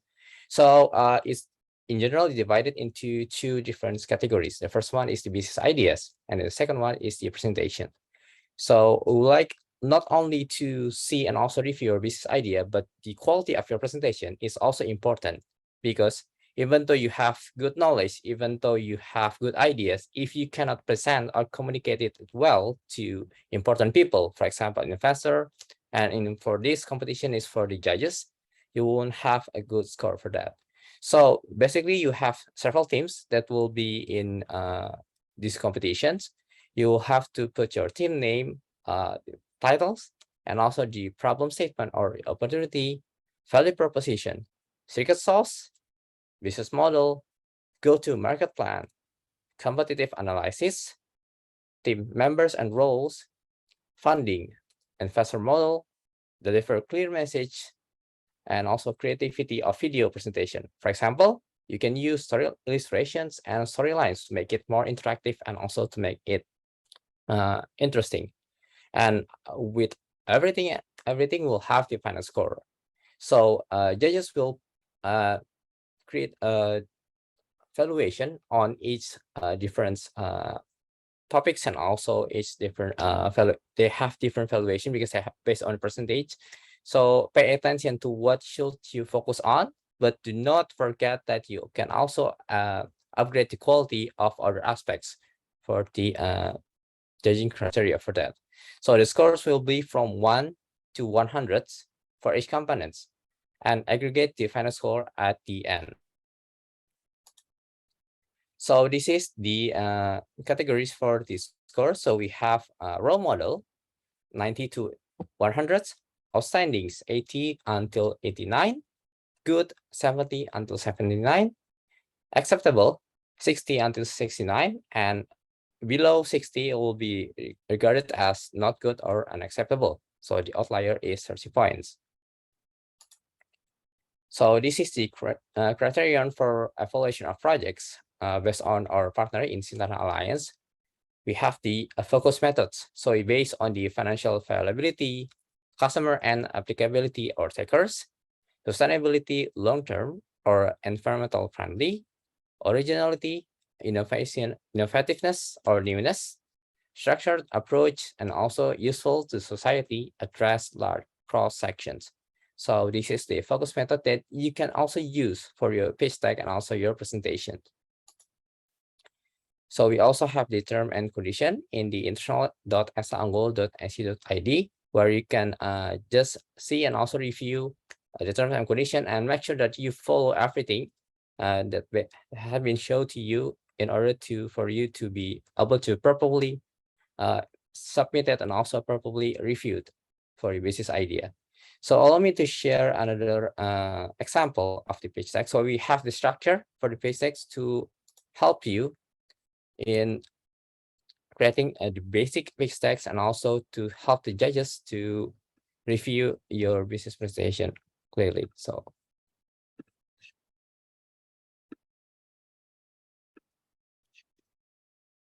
okay, as you can see, this is blank. So we give you the creativity to make everything based on the color that you prefer, based on the illustration, based on font that you prefer also. And you can also put a lot of things for that. You have the creativity for that.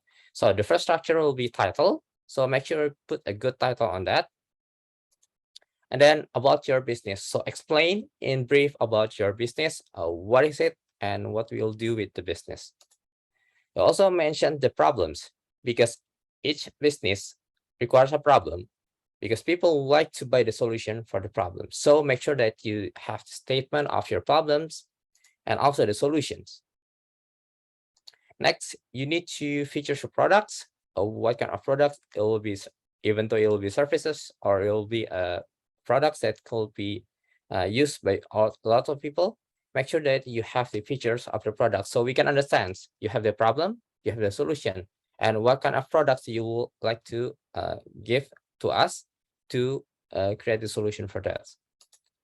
Next, you will need to show the business model because in every business, you need to have the business model so we can know what kind of business, what kind of approach they would like to use for this product and made it into a good business. Next, we also have SDGs. So you need to put the contribution to SDGs. You can just Google it.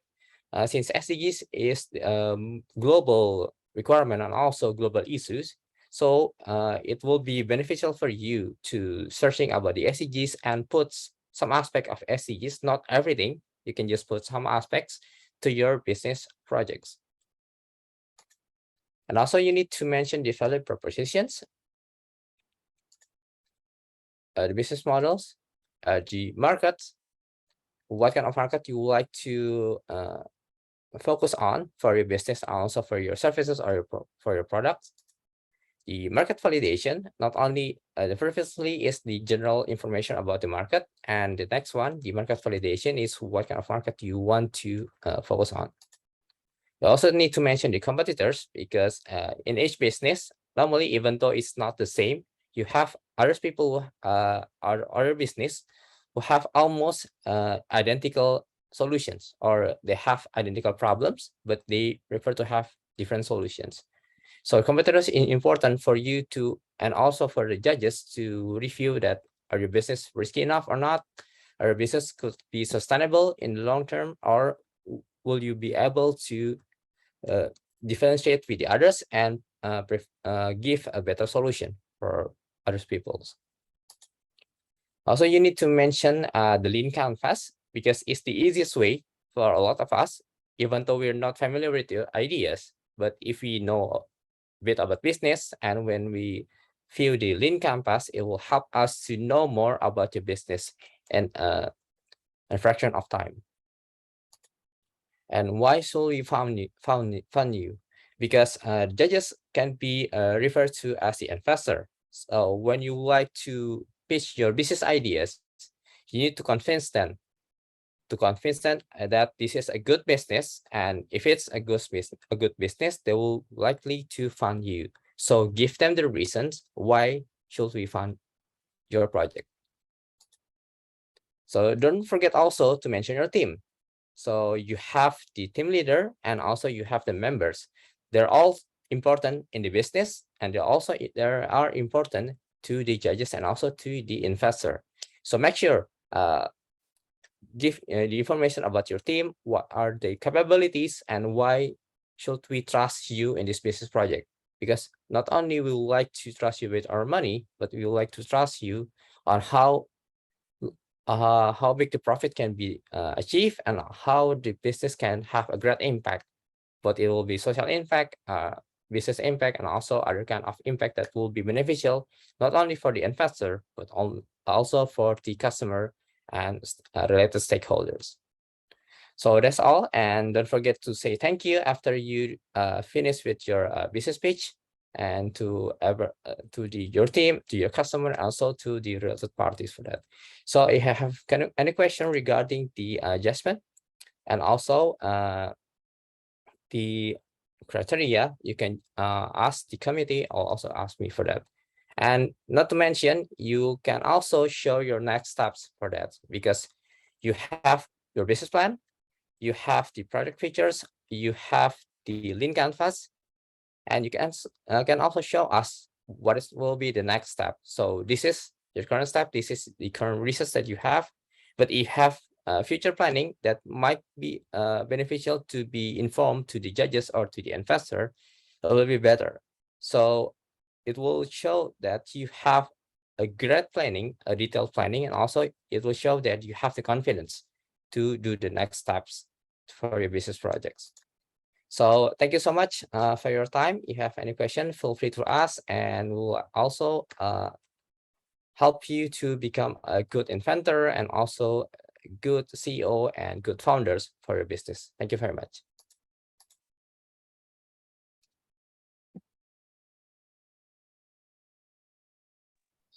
Okay, thank you very much, Daphne. Anyone want to ask a question? Louden, sir? Yeah, there is your hand. Okay. For the pitch deck presentation, we have 3 members, right? Is it okay if only one person that do the presentation, or it must be like every one of us will be get the turn to present the pitch deck presentation? Okay, thank you, Lorenzo. Can I just ask for it directly? Yeah. Okay. Yes.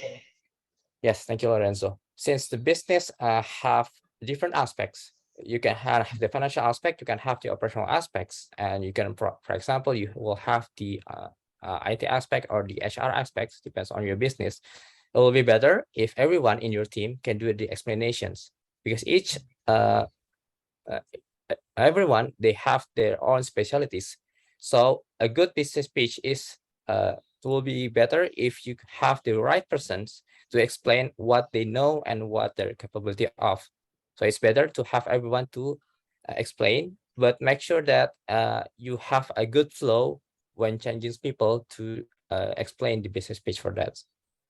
Okay, I answer. So, but is it? Yeah, the point is we should do in English, yeah?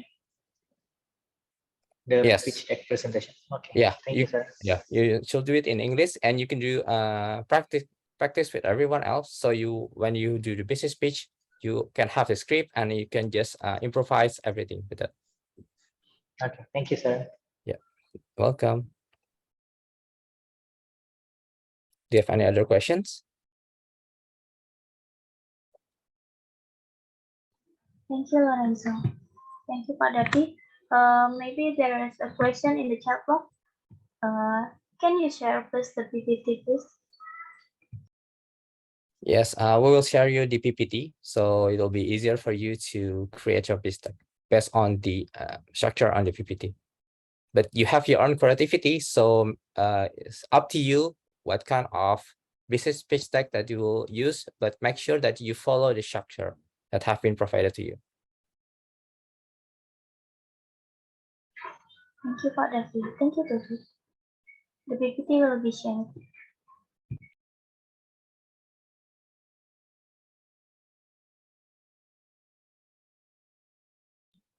Anyone else want to ask a question? From Yami, why I know to do that?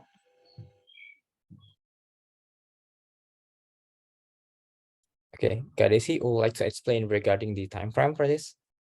Yeah, thank you, Pak Davi. So we will have the judge scoring around next week. So it will be around next week, but we will around next 2 weeks. Sorry, we will give you around 2 weeks for this, but we will have the exact date informed to you by Monday. Okay, thank you, Kadesi. Yeah, approximately you will have around a week 1 to 2 weeks. You can start from now, discuss with your friends, with your teammates, and start building the presentation. And don't forget to make also the video. Thank you, Desi. Thank you, Desi. So you have plenty of times. So it'll be weekend. So you can just use your weekend productively to discuss with your friends and to practice. And then you can also edit the videos. You have time to edit the videos because the judges will not only they will review your Pitchdeck in PDF, but they will also review your videos that will be put on the Google Drive.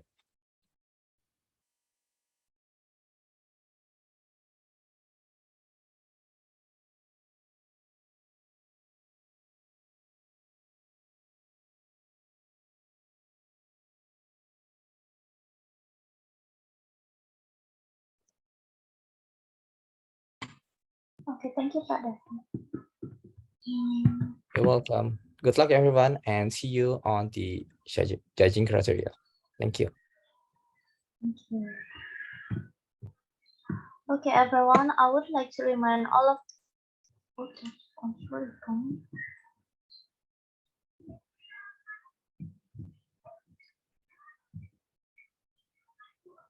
Oke, Cynthia, closing tadi.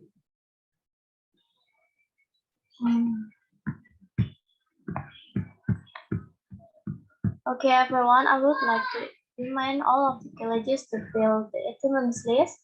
We have shared the link in the chat box. We will send you update after this competition through the email address you have filled in. Due to the limited time, we have to end the session. We hope that today's session can be useful for the participants to become entrepreneurs in the future. Before we end this meeting, let's take a picture together. Please turn on your camera, please.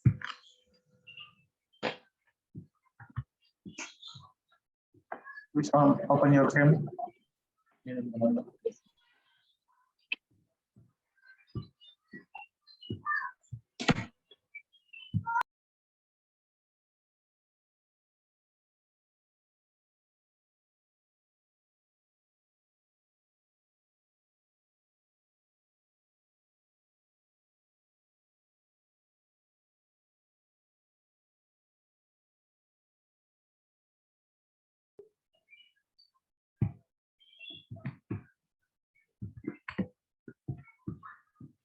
Oke, dan boleh. Have you done?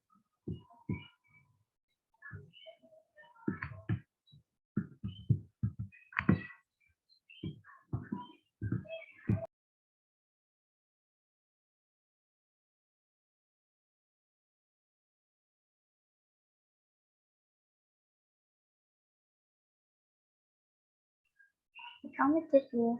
Have you done to take a picture, please? Or is it still going to? Oke, sudah.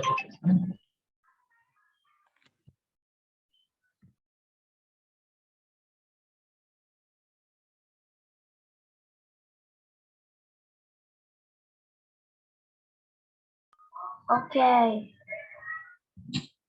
It seems the screenshot session is done. Thank you very much for your time and have a nice weekend. See you on the next masterclass. Good luck for this competition. Thank you. Oke, thank you. Everyone. Untuk PPT yang tadi nanti akan saya share di Telegram group ya. Okay, thank you. Thank you. Thank you, everyone.